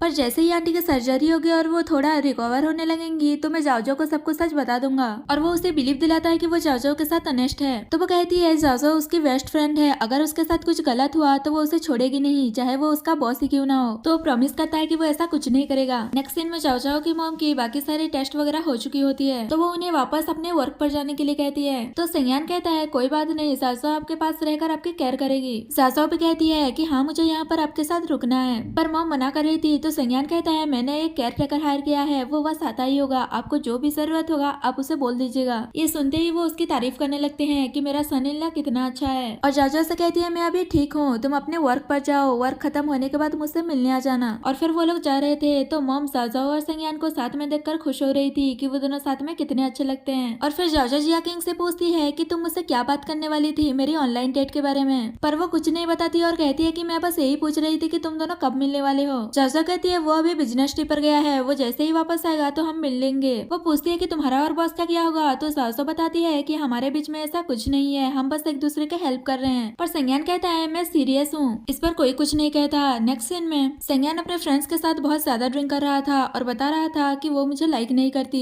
तो फ्रेंड पूछता है ये तो वही लड़की है ना जिसे तुम प्लीज करने के लिए मुझसे एडवाइस ले रहे थे और सोच रहे थे कि वो कौन ब्रेव लड़की है जिसने संज्ञान को रिजेक्ट कर दिया। तभी वो ड्रंक होकर जाजाओ का नाम ले रहा था तो उन्हें पता चल जाता है कि ये तो उसकी असिस्टेंट है। इसका मतलब वो अपनी असिस्टेंट को लाइक करता है। दूसरी साइड जैकिंग वर्क खत्म करने के बाद जाजाओ को साथ में घर जाने के लिए कह रही थी और कहती है बॉस हमें ऑफिस ड्रॉप करने के बाद कहीं चले गए, तुम्हें नहीं लगता कि वो गुस्से में है। जाजाओ पूछती है वो गुस्से में क्यों होंगे, तो जैकिंग कहती है तुमने सुना नहीं कि कार में उन्होंने क्या कहा, इसका मतलब वो तुम्हें लाइक करते हैं। ये सुनकर वो शॉक्ड हो जाती है और कहती है ये कैसे पॉसिबल हो सकता है, उनका तो एक पहले से ही गर्लफ्रेंड है और एक बार मैंने खुद देखा था, वो उससे मिलने भी गए थे। वो सच बताने वाली थी फिर रुक जाती है और बात को पलटते हुए कहती है कि तुम तो बिजनेस स्कूल में जाने वाली थी। चाचा बताती है कि नेक्स्ट मंथ उसका एग्जाम है तो वो उसे अच्छे से प्रिपेयर करने के लिए कहती है। तभी उसे संज्ञान के फ्रेंड का कॉल आता है और वो बताता है कि वो बहुत ही ड्रंक है तो आकर उसे पिक कर लो। थोड़ी देर बाद क्लब में उसे पिक करने पहुंच जाती है तो वो उसे देखकर खुश हो जाता है। जाजाओ संज्ञान को लेकर जा रही थी तो उसके फ्रेंड्स कहते हैं हम सबको पता है कि संज्ञान तुम्हारे बारे में क्या फील करता है, अगर हो सकता है तो उसे एक चांस दे देना। तो जाजाओ कहती है मैं समझ गई और वो उसे लेकर वहाँ से चली जाती है। और फिर घर आने के बाद संज्ञान नशे में कह रहा था कि क्या तुम मुझे लाइक कर सकती हो, तो जाजाओ कहती है मेरा एक बॉयफ्रेंड है कहकर वहाँ से नर्वस होती हुई चली जाती है। और फिर जाजाओ उसकी केयर करते हुए सोच रही थी कि मुझे पता नहीं था तुम मुझ जैसे लड़की को भी पसंद कर सकते हो, पर हम दोनों कभी साथ में नहीं हो सकते क्योंकि हम डिफरेंट डिफरेंट वर्ल्ड से हैं। वैसे भी मेरा एक ऑनलाइन बॉयफ्रेंड है, आपको तो पता ही है। तो वो नशे में बता देता है कि अगर मैं ये कहूँ कि तुम्हारा ऑनलाइन बॉयफ्रेंड मैं हूँ तो वो शॉक्ड होकर पूछती है क्या सच में वो तुम ही हो, पर वो सो चुका था तो वो भी उसकी बातों पर इतना ध्यान नहीं देती और वहाँ से चली जाती है। नेक्स्ट डे वो हॉस्पिटल में अपनी मॉम से मिलने जाती है तो वो पूछती है तुम अकेली आई हो, संज्ञान कहाँ है। वो बताती है कि उसे कुछ काम था इसलिए नहीं आया, पर मॉम पूछती है क्या तुम दोनों का कोई झगड़ा हुआ है, तो जाजा उन्हें समझाती है कि ऐसी कोई बात नहीं है, आप कुछ ज्यादा ही सोच रहे हो। और कहती है कि डॉक्टर ने मुझे बुलाया था क्योंकि आपकी टेस्ट रिपोर्ट आ गया है। और बताती है कि संज्ञान जिस डॉक्टर के बारे में बात कर रहा था वो कल वापस आ रहा है तो आपकी सर्जरी भी शेड्यूल हो गया है, जब आप ठीक हो जाओगे तो मैं बाहर आपको घुमाने लेकर जाऊंगी। तो मॉम कहती है हम तीनों बाहर घूमने जाएंगे, संज्ञान को भी बुला लेना। और फिर जाजो कहती है मैं सोच रही थी कि मैं हमारे घर वापस मूव हो जाऊं। मॉम कहती है तुम वापस क्यों आओगी, मुझे सच सच बताओ तुम दोनों के बीच में सब कुछ ठीक तो है ना। वो कहती है ऐसी कोई बात नहीं, मैं बस आपकी केयर करना चाहती थी इसलिए बोल रही थी। वो मना कर देती है कि इसकी कोई जरूरत नहीं, तुम दोनों साथ में एक नई शुरुआत कर रहे हो तो उसमें ज्यादा ध्यान दो। तभी वहाँ पर संज्ञान की मॉम भी उनसे मिलने आ जाती है और जाजा से कहने लगती है कि तुमने मुझे पहले बताया क्यों नहीं कि तुम्हारी मॉम हॉस्पिटल में है। और फिर दोनों मॉम बातें करने लगते हैं और उनकी अच्छी बनती है। और फिर वो लोग संज्ञान और जाजा की मैरिज की बात करने लगते हैं कि सर्जरी हो जाने के बाद उनकी मैरिज करवा देंगे। ये सुनते ही जाजा शॉक्ड होकर कहती है ये कुछ ज्यादा जल्दी नहीं हो रहा। तो वो कहने लगते हैं तुम यंग पीपल को कुछ नहीं पता, हम बड़े इसे संभाल लेंगे। इतने में वहाँ पर संज्ञान आ जाता है और वो अपनी मॉम को वहाँ पर देखकर शॉक्ड हो जाता है। तो वो उसे डांटने लगती है कि तुम्हारी मदर इन लॉ हॉस्पिटल में है और तुमने मुझे बताया नहीं, वो तो डायरेक्टर से मुझे पता चला कि तुम हॉस्पिटल आए थे तभी मुझे पता चला। और कहते हैं हम तो बस तुम दोनों की वेडिंग की बात कर रहे थे। ये सुनकर तो वो खुश हो जाता है और कहता है आप लोग बातें कीजिए, मैं जाजो को कुछ खिला कर लेकर आता हूँ। इससे तो दोनों मॉम खुश हो जाती हैं और कहते हैं खाना खाने के बाद तुम दोनों एक डेट पर चले जाना। और फिर उन्हें वहाँ से भेज देते हैं और जैसे ही वो लोग जाते हैं वो दोनों बहुत खुश हो जाते हैं और फिर दोनों अपनी फर्स्ट डेट पर जाते हैं। संज्ञान जाजो को स्ट्रीट पर खाने के लिए लेकर गया था क्योंकि उसे वहाँ का खाना बहुत अच्छा लगता है और दोनों साथ में बहुत अच्छे टाइम स्पेंड करते हैं। इसी बीच दोनों क्लोज भी आ जाते हैं और फिर संज्ञान उसे अपने बारे में एक बार और सोचने के लिए कहता है। तो वो पूछती है तुम मुझे इतना लाइक करते हो। संज्ञान मान जाता है कि वो उसे बहुत लाइक करता है तो वो थोड़ा सा टाइम मांगती है ताकि वो इस बारे में अच्छे से सोच सके। तो वो मान जाता है और कहता है तुम्हें बस मेरे बारे में जानना है कि मैं कैसा पर्सन हूँ, तुम्हें इस बारे में नहीं सोचना कि तुम किसे चूज करोगी। और फिर उसे हक करके कहता है मैं जब भी तुम्हारे साथ होता हूँ तो बहुत हैप्पी होता हूँ। तो वो कहती है मैं भी। उसके बाद जाजो सोच रही थी कि उसने ऐसा क्यों कहा कि मुझे किसे चूज करना है इस बारे में नहीं सोचना। और फिर अपने आप से पूछती है क्या मैं उसे लाइक करने लगी हूँ। तभी उसका हार्ट बीट फास्ट होने लगता है। तभी उसे पता चल जाता है कि वो उसे लाइक करने लगी है। और फिर अपने ऑनलाइन डेट के बारे में याद करके सोचती है कि मैं ऐसा कैसे कर सकती हूँ। और फिर अपने ऑनलाइन डेट को मैसेज करती है और माफी मांगते हुए बताती है कि शायद मैं किसी और को लाइक करने लगी हूँ। और फिर संज्ञान के पूछने पर बताती है कि वो अपने बॉस को लाइक करने लगी है। ये जानकर तो वो बहुत ही खुश हो जाता है और तुरंत जैकिंग को फोन करके बताता है कि सासा ने अभी एडमिट किया है कि वो मुझे लाइक करती है। तो वो खुश हो जाती है और कहती है आज से आपको मेरे साथ भी अच्छा रहना होगा। पर वो तो इतना खुश था कि उसके सैलरी ही डबल कर देता है। ये सुनकर तो वो बहुत बहुत खुश हो जाती है और कहती है अब से आप मुझे जो भी रिक्वेस्ट करोगे मैं आपकी हेल्प करूंगी। संज्ञान कहता है अभी एक है और उससे पूछता है कि मैं जाजो को बिना गुस्सा दिलाए अपने ऑनलाइन डेट के बारे में उसे कैसे बताऊं। जियाकिंग कुछ आइडिया देती है तो वो कहता है मैं ऐसा ही करूंगा और फिर जाजो को मैसेज करता है कि इसमें मेरा ही फॉल्ट है, मैं ही तुमसे जल्दी मिलने नहीं गया, इसमें तुम्हारी कोई गलती नहीं है। और फिर नेक्स्ट वीक मिलने का प्लान करते हैं। उसके बाद जाजो जियाकिंग को वीडियो कॉल करती है तो वो पूछती है क्या तुम मुझे कोई गुड न्यूज देने वाली हो। ये सुनकर वो थोड़ा सरप्राइज हो जाती है और पूछती है कि तुम्हें कैसे पता। वो बताती है कि मैंने गैस कर लिया। और फिर क्या बात है पूछती है। वो उसके स्ट्रेंज बिहेवियर से थोड़ा डाउट तो करती है पर उसे इग्नोर करके बताती है कि वो नेक्स्ट वीक में अपने ऑनलाइन डेट से मिलने जाने वाली है। जियाकिंग उसे खुशी खुशी मिलने जाने के लिए कहती है और फिर फोन रखने के बाद जाजो उसके बारे में सोचने लगती है कि आज तो ये मेरे ऑनलाइन डेट के बारे में बताने वाली थी, इसे मेरे ऑनलाइन डेट के बारे में कैसे पता कि वो कौन है जबकि मैं अभी तक उससे नहीं मिला। और फिर उसे ऐसा लगता है कि जानने वालों में से ही कोई है। थोड़ा सोचने के बाद उसे लगता है कि वो संज्ञान ही हो सकता है क्योंकि उसने कहा था कि तुम्हें किसी को भी चूज करने के बारे में सोचने की जरूरत नहीं है और ऐसा तभी हो सकता है जब वो दोनों सेम ही पर्सन हो। और फिर वो अपने ऑनलाइन डेट से चैट करने लगती है तो वो पूछता है कि अगर मुझसे कोई गलती हो गई होगी तो क्या तुम मुझे माफ कर दोगी। पर जाजो मना करते हुए कहती है कि मुझे नहीं लगता कि तुम मुझे कभी हर्ट कर सकते हो। वो कहता है हाँ मैं तुम्हारे साथ कभी कुछ गलत नहीं करूंगा। और फिर जाजो उसे वीडियो कॉल करती है तो वो घबरा कर रिसीव नहीं कर रहा था तो जाओ भी रहने देती है कि जाने दो और सोचती है मैं भी देखती हूँ तुम इस बात को कैसे एक्सप्लेन करते हो। नेक्स्ट डे वो उस पर गुस्सा थी और उसके साथ ब्रेकफास्ट करने जाने के लिए भी मना कर देती है और कहती है मुझे कुछ दिनों के लिए हॉस्पिटल जाना है तो मैं जॉब पर नहीं आ पाऊंगी, इसलिए मुझे कुछ दिनों की लीव चाहिए कहकर उसे बॉस कहकर बुलाती है। ये सुनकर वो कहता है तुमने फिर से मुझे बॉस क्यों बुलाया। तो जाओ कहती है आप मेरे बॉस हो तो बॉस कहकर ही बुलाऊंगी ना, कोई और रिलेशन है क्या हमारे बीच। तभी संज्ञान को उसके डैड का फोन आता है और वो बताते हैं कि तुम्हारे ग्रैंडफादर आने वाले हैं इसलिए तुम्हारी गर्लफ्रेंड को लेकर घर आ जाना। तो वो मान जाता है और फिर जाजो वहाँ से चली जाती है। वो जैसे ही हॉस्पिटल जाती है वहाँ पर उसका चाइल्डहुड फ्रेंड जेंग आया था। उसे जैसे ही जाजो की मॉम के बारे में पता चला वो उनसे मिलने आ गया था और फिर मॉम उससे पूछती है कि तुम्हारे साथ संज्ञान क्यों नहीं आया। वो बताती है कि वो उसके पेरेंट्स के घर गया है। मॉम को भी पता था कि उसके ग्रैंडफादर आने वाले हैं तो वो इसलिए गया होगा। जेंग पूछता है लगता है कि ये दोनों बहुत ही क्लोज हैं। तो मॉम कहती है हाँ ये दोनों बहुत क्लोज हैं और तुम भी संज्ञान से मिल लेना। वो हाँ कहता है और कहता है मैं भी तो देखूं कि वो कैसा पर्सन है जिसे जाजो लाइक करती है। नेक्स्ट सीन में संज्ञान जैसे ही घर जाता है वहाँ पर सूरन को देखकर वो गुस्सा करने लगता है कि तुम यहाँ पर क्या कर रही हो। वो कहती है हमारे फैमिली ओल्ड फ्रेंड्स हैं तो क्या मैं ग्रैंडफादर से मिलने के लिए नहीं आ सकती।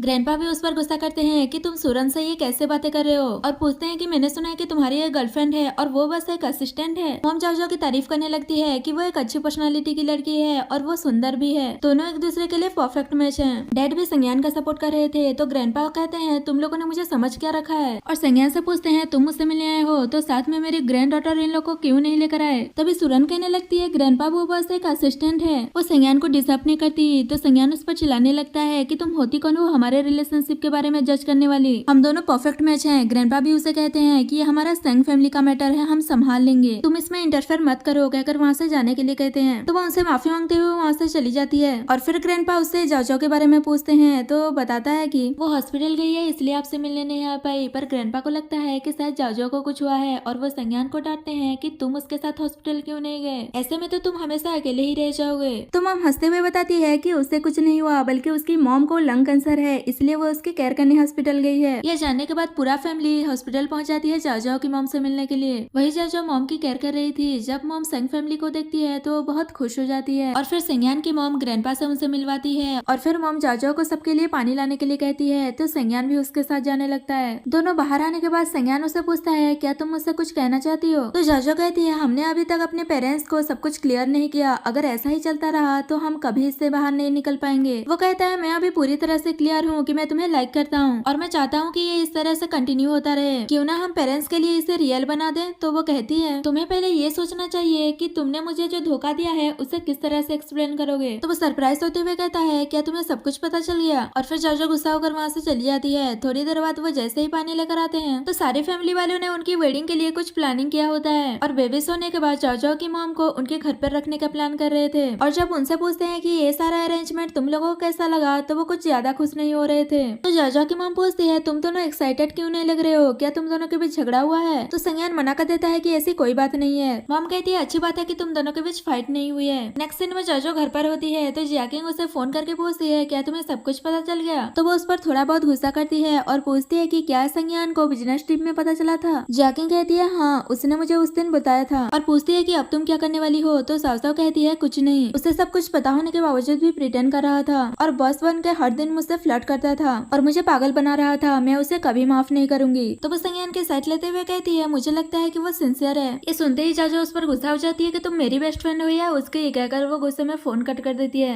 उसके बाद संज्ञान उसके रूम में आता है तो वो उसे देखकर दरवाजा बंद कर रही थी, तभी उसे चोट लग जाती है। तो जाजो डोर लॉक नहीं करती और पूछती है कि बताओ तुम क्या कहने आए थे। वो कहता है मुझे डर था कहीं तुम्हें ये पता चलने के बाद कि मैं तुम्हारा ऑनलाइन डेट हूँ तुम मुझे इग्नोर ना करने लगो। जाजो पूछती है और तुम्हें ऐसा क्यों लगा। वो बताता है कि तुम हमेशा मेरे पीठ पीछे मेरी कंप्लेन करती थी, तो मुझे लगा कि तुम मुझे हेट करती थी, इसलिए मैंने तुम्हें कुछ नहीं बताया। तो जाजो थोड़ा नॉर्मल होती है और कहती है मुझे थोड़ा टाइम दो इस सब के बारे में सोचने का। संज्ञान खुश होकर उसे हक कर लेता है और कहता है जो चाहे मुझे पनिशमेंट दे देना पर मुझे कभी छोड़कर मत जाना। और फिर उसे रेस्ट करने के लिए कहता है क्योंकि कल उसकी मॉम की सर्जरी है। नेक्स्ट डे उसकी मॉम की सर्जरी हो रही थी और संज्ञान के साथ साथ उसके मॉम डैड भी उसके साथ होते हैं। थोड़ी देर बाद सर्जरी खत्म होने के बाद डॉक्टर बताता है कि वो अभी ठीक हैं, पर अभी उन्हें 24 आवर के लिए आईसीयू में रखा जाएगा, उसके बाद वो अपनी नॉर्मल लाइफ जी सकते हैं। उसके बाद जाजो संज्ञान की फैमिली से थैंक यू कहती है क्योंकि उन्होंने बहुत सपोर्ट किया था, पर मॉम कहती है ये सब कुछ करने की कोई जरूरत नहीं है, अब तो हम फैमिली हैं, तुम बस संज्ञान के साथ अच्छे से रहो, हम बस यही चाहते हैं। उसके बाद वो क्लब में जाकर ड्रिंक कर रही थी और वहाँ पर उसने जैकिंग को भी बुला लिया था। तो वो पूछ रही थी कि बताओ तुमने मुझे इतना लेट क्यों बुलाया, अब तो तुम बॉस को डेट कर रही हो और मेरे पास एक बॉयफ्रेंड भी नहीं है, मुझे थोड़ा सा टाइम तो दो ताकि मैं अपने लिए एक पार्टनर ढूंढ सकूं। पर जाजो थोड़ा सा सैड लग रही थी तो वो पूछती है कि बताओ क्या हुआ। वो कहती है तुम्हें पता है कि मुझे झूठ बोलने वाले लोगों से सख्त नफरत है, अगर इस बार मैंने संज्ञान को माफ कर दिया तो क्या पता वो फ्यूचर में फिर से झूठ बोलेगा। जैकिंग उसे समझाती है कि लास्ट टाइम जब किन्यून तुम्हें बुली करने की कोशिश कर रही थी तो बॉस बहुत ही गुस्सा हो गए थे, इसका मतलब चाहे कुछ भी हो वो तुम्हारी बहुत केयर करते हैं, तुम्हें उनके साथ डेट कंटिन्यू करना चाहिए, और वैसे भी वो बहुत ही हैंडसम है, रिच है, मुझे नहीं लगता कि तुम्हें उन्हें लूज करना चाहिए। जाजो कहती है अभी छोड़ो इस सब के बारे में, हम ड्रिंक करते हैं, कहकर वो लोग ड्रिंक कर रहे थे। तभी जैकिंग को पता चलता है कि उसकी मॉम होम टाउन से उससे मिलने आ रही है, तो वो अपनी मॉम को स्टेशन से पिकअप करने के लिए वहाँ से चली जाती है। उसके बाद जाजो अकेले ही ड्रिंक कर रही थी, पर वहाँ पर चेंग भी आया था और वो जाजो को देखकर उसके साथ ड्रिंक करने आ जाता है और फिर वो सासो को बहुत ज्यादा ड्रिंक करा देता है और वो जैसे ही नशे में हो जाती है तो वो उसे किस करने वाला था, पर इतने में संज्ञान वहाँ जाता है और वो उसे दूर कर देता है और उस पर गुस्सा करता है कि तुम अभी क्या करने वाले थे, पर चेंग उस पर चिल्लाता है कि तुम अपने काम से काम रखो, तुम होते कौन हो मुझसे पूछने वाले। तभी संज्ञान बताता है कि मैं उसका बॉयफ्रेंड हूँ और फिर दोनों के बीच फाइट होने लगती है। इसी बीच चेंग कह रहा था हम दोनों साथ में पड़े हुए हैं, तुम उसे मुझसे नहीं छीन सकते, पर इतने में जाजो उठ जाती है और वो चेंग पर ही चिल्लाने लगती है कि तुम संज्ञान को क्यों मार रहे हो, तो वो भी कुछ नहीं कर पाता और वहाँ से चला जाता है। संज्ञान जाजो को उसे प्रोटेक्ट करता हुआ देख खुश हो रहा था और फिर उसे कैरी करके वहाँ से ले जाता है। घर आने के बाद संज्ञान पूछता है कि क्या तुमने माफ कर दिया, तो वो कहती है दोबारा तुम मुझसे कभी झूठ मत बोलना। तो संज्ञान प्रॉमिस करता है कि वो उसे कभी झूठ नहीं बोलेगा। वो उसे माफ कर देती है और फिर दोनों नाइट स्पेंड करते हैं। नेक्स्ट मॉर्निंग वो उसके केयर कर रहा था और फिर वो उसके लिए ब्रेकफास्ट बनाने चला जाता है। तभी संज्ञान को उसकी मॉम का फोन आता है और वो बताती है कि साओ की मॉम बहुत अच्छे से रिकवर कर रही है, डॉक्टर ने कहा है कि वो उन्हें डिस्चार्ज कर देंगे, तो तुम दोनों जाकर हॉस्पिटल से उन्हें पिक कर लेना। तो वो कहता है ठीक है मैं जाजो को इस बारे में बता दूंगा। मॉम कहती है वो जैसे ही रिकवर होंगी तो तुम मुझे बोल देना, मैं और तुम्हारे डैड जाकर तुम्हारी वेडिंग की डेट फिक्स कर देंगे। और फिर वो जाजो के लिए मिल्क लेकर जाता है। तो जाजो बाहर हो रहे स्नोफॉल को देखकर एंजॉय कर रही थी और फिर दोनों मिलकर एंजॉय करने लगते हैं। तभी जाजो पूछती है हम दोनों साथ में खुश तो रहेंगे ना, तो वो कहता है ऑफ कोर्स हम खुश रहेंगे। और फिर दोनों साथ में थोड़ा टाइम स्पेंड करते हैं। उसके बाद वो लोग हॉस्पिटल जाते हैं मॉम से मिलने के लिए, पर मॉम तो हॉस्पिटल में रह रहकर बोर हो रही थी, तो वो दोनों कहते हैं हम आपको घर वापस ले जाने आए हैं। ये सुनते ही वो खुश होकर अपना सामान पैक करने लगती है और कहती है फाइनली अब मुझे इस हॉस्पिटल से छुटकारा मिल जाएगा।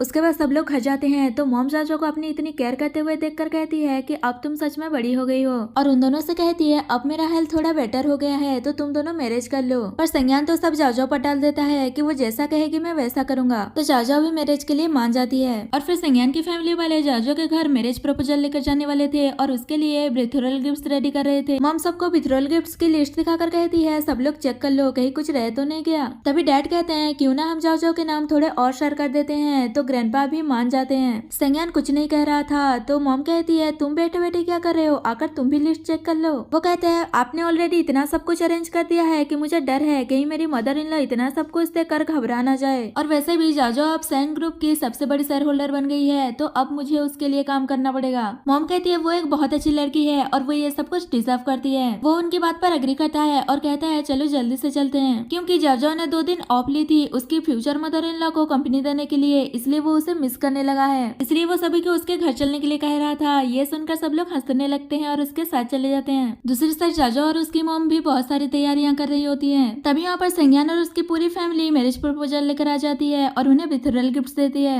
उसके बाद दोनों फैमिलीज मिलकर उनकी मैरिज की डेट फिक्स कर देते हैं और सीन यही कट होता है। नेक्स्ट डे जाओ जाओ की बिजनेस स्कूल के लिए एंट्रेंस एग्जाम था, तो वो एग्जाम के लिए रेडी हो रही थी, तो उसकी मॉम उसे गुड लक विश करती है और संज्ञान उसे पिक करने आया था। वो मॉम से परमिशन लेकर उसे ले जाता है और उसे गुड लक विश करके एग्जाम के लिए ड्रॉप कर देता है। एग्जाम खत्म होने के बाद जाओ जाओ जियाकिंग के साथ अपने लिए वेडिंग ड्रेस और उसके लिए ब्राइडमेड ड्रेस चूज करने गए थे और जियाकिंग सच में अपनी बेस्ट फ्रेंड के लिए दिल से बहुत खुश थी। ऐसे करते करते उनके वेडिंग का दिन आ जाता है, जहाँ पर जियाकिंग जाओ जाओ को रेडी कर रही थी और वो उसे उसकी मैरिड लाइफ के लिए विश करती है। तभी जाओ को पता चलता है कि वो बिजनेस स्कूल एंट्रेंस एग्जाम में पास हो गई है। ये सुनकर तो जियाकिंग भी खुश हो जाती है और उसे डबल सेलिब्रेशन करने के लिए कहती है। दूसरी साइड संज्ञान भी मैरिज के लिए रेडी हो रहा था, तो उसकी मॉम बहुत खुश हो रही थी और उसे पूछती है कि क्या तुम नर्वस हो, पर वो मना कर देता है कि वो खुद की वेडिंग में क्यों नर्वस होगा, पर वो अंदर से नर्वस हो रहा था। और फिर वेडिंग का सीन दिखाया जाता है, जहाँ पर दोनों का अच्छे से वेडिंग सेरेमनी कंप्लीट हो जाता है। वेडिंग के बाद वो दोनों बहुत ही अच्छे से रह रहे थे, पर कभी कभी उनका छोटा मोटा झगड़ा भी हो जाता था, जिससे जाओ उसे रूम से ही बाहर निकाल देती थी। और फिर बहुत दिनों के बाद उनका एक फैमिली डिनर होता है, जहाँ पर सब लोग उनकी बेबी की बात कर रहे थे। डिनर खत्म होने के बाद जाओ बहुत ही ड्रंक हो गई थी और फिर दोनों अपना क्वालिटी टाइम स्पेंड करते हैं और सीन यही कट होता है। नेक्स्ट सीन में 7 साल के बाद का सीन दिखाया जाता है, जहाँ पर जाओ और संज्ञान अपनी डॉटर के साथ होते हैं। तो उसकी डॉटर पूछती है, मैंने सुना है कि आप दोनों ऑनलाइन डेट के जरिए मिले थे, तो ये ऑनलाइन डेट क्या होता है? तो संज्ञान हंसते हुए बताता है कि जब तुम बड़ी हो जाओगी तो मैं तुम्हें बता दूंगा। और इसी तरह वो तीनों एक हैप्पी फैमिली की तरह रहने लगते हैं और इसी के साथ हमारा ये ड्रामा खत्म हो जाता है।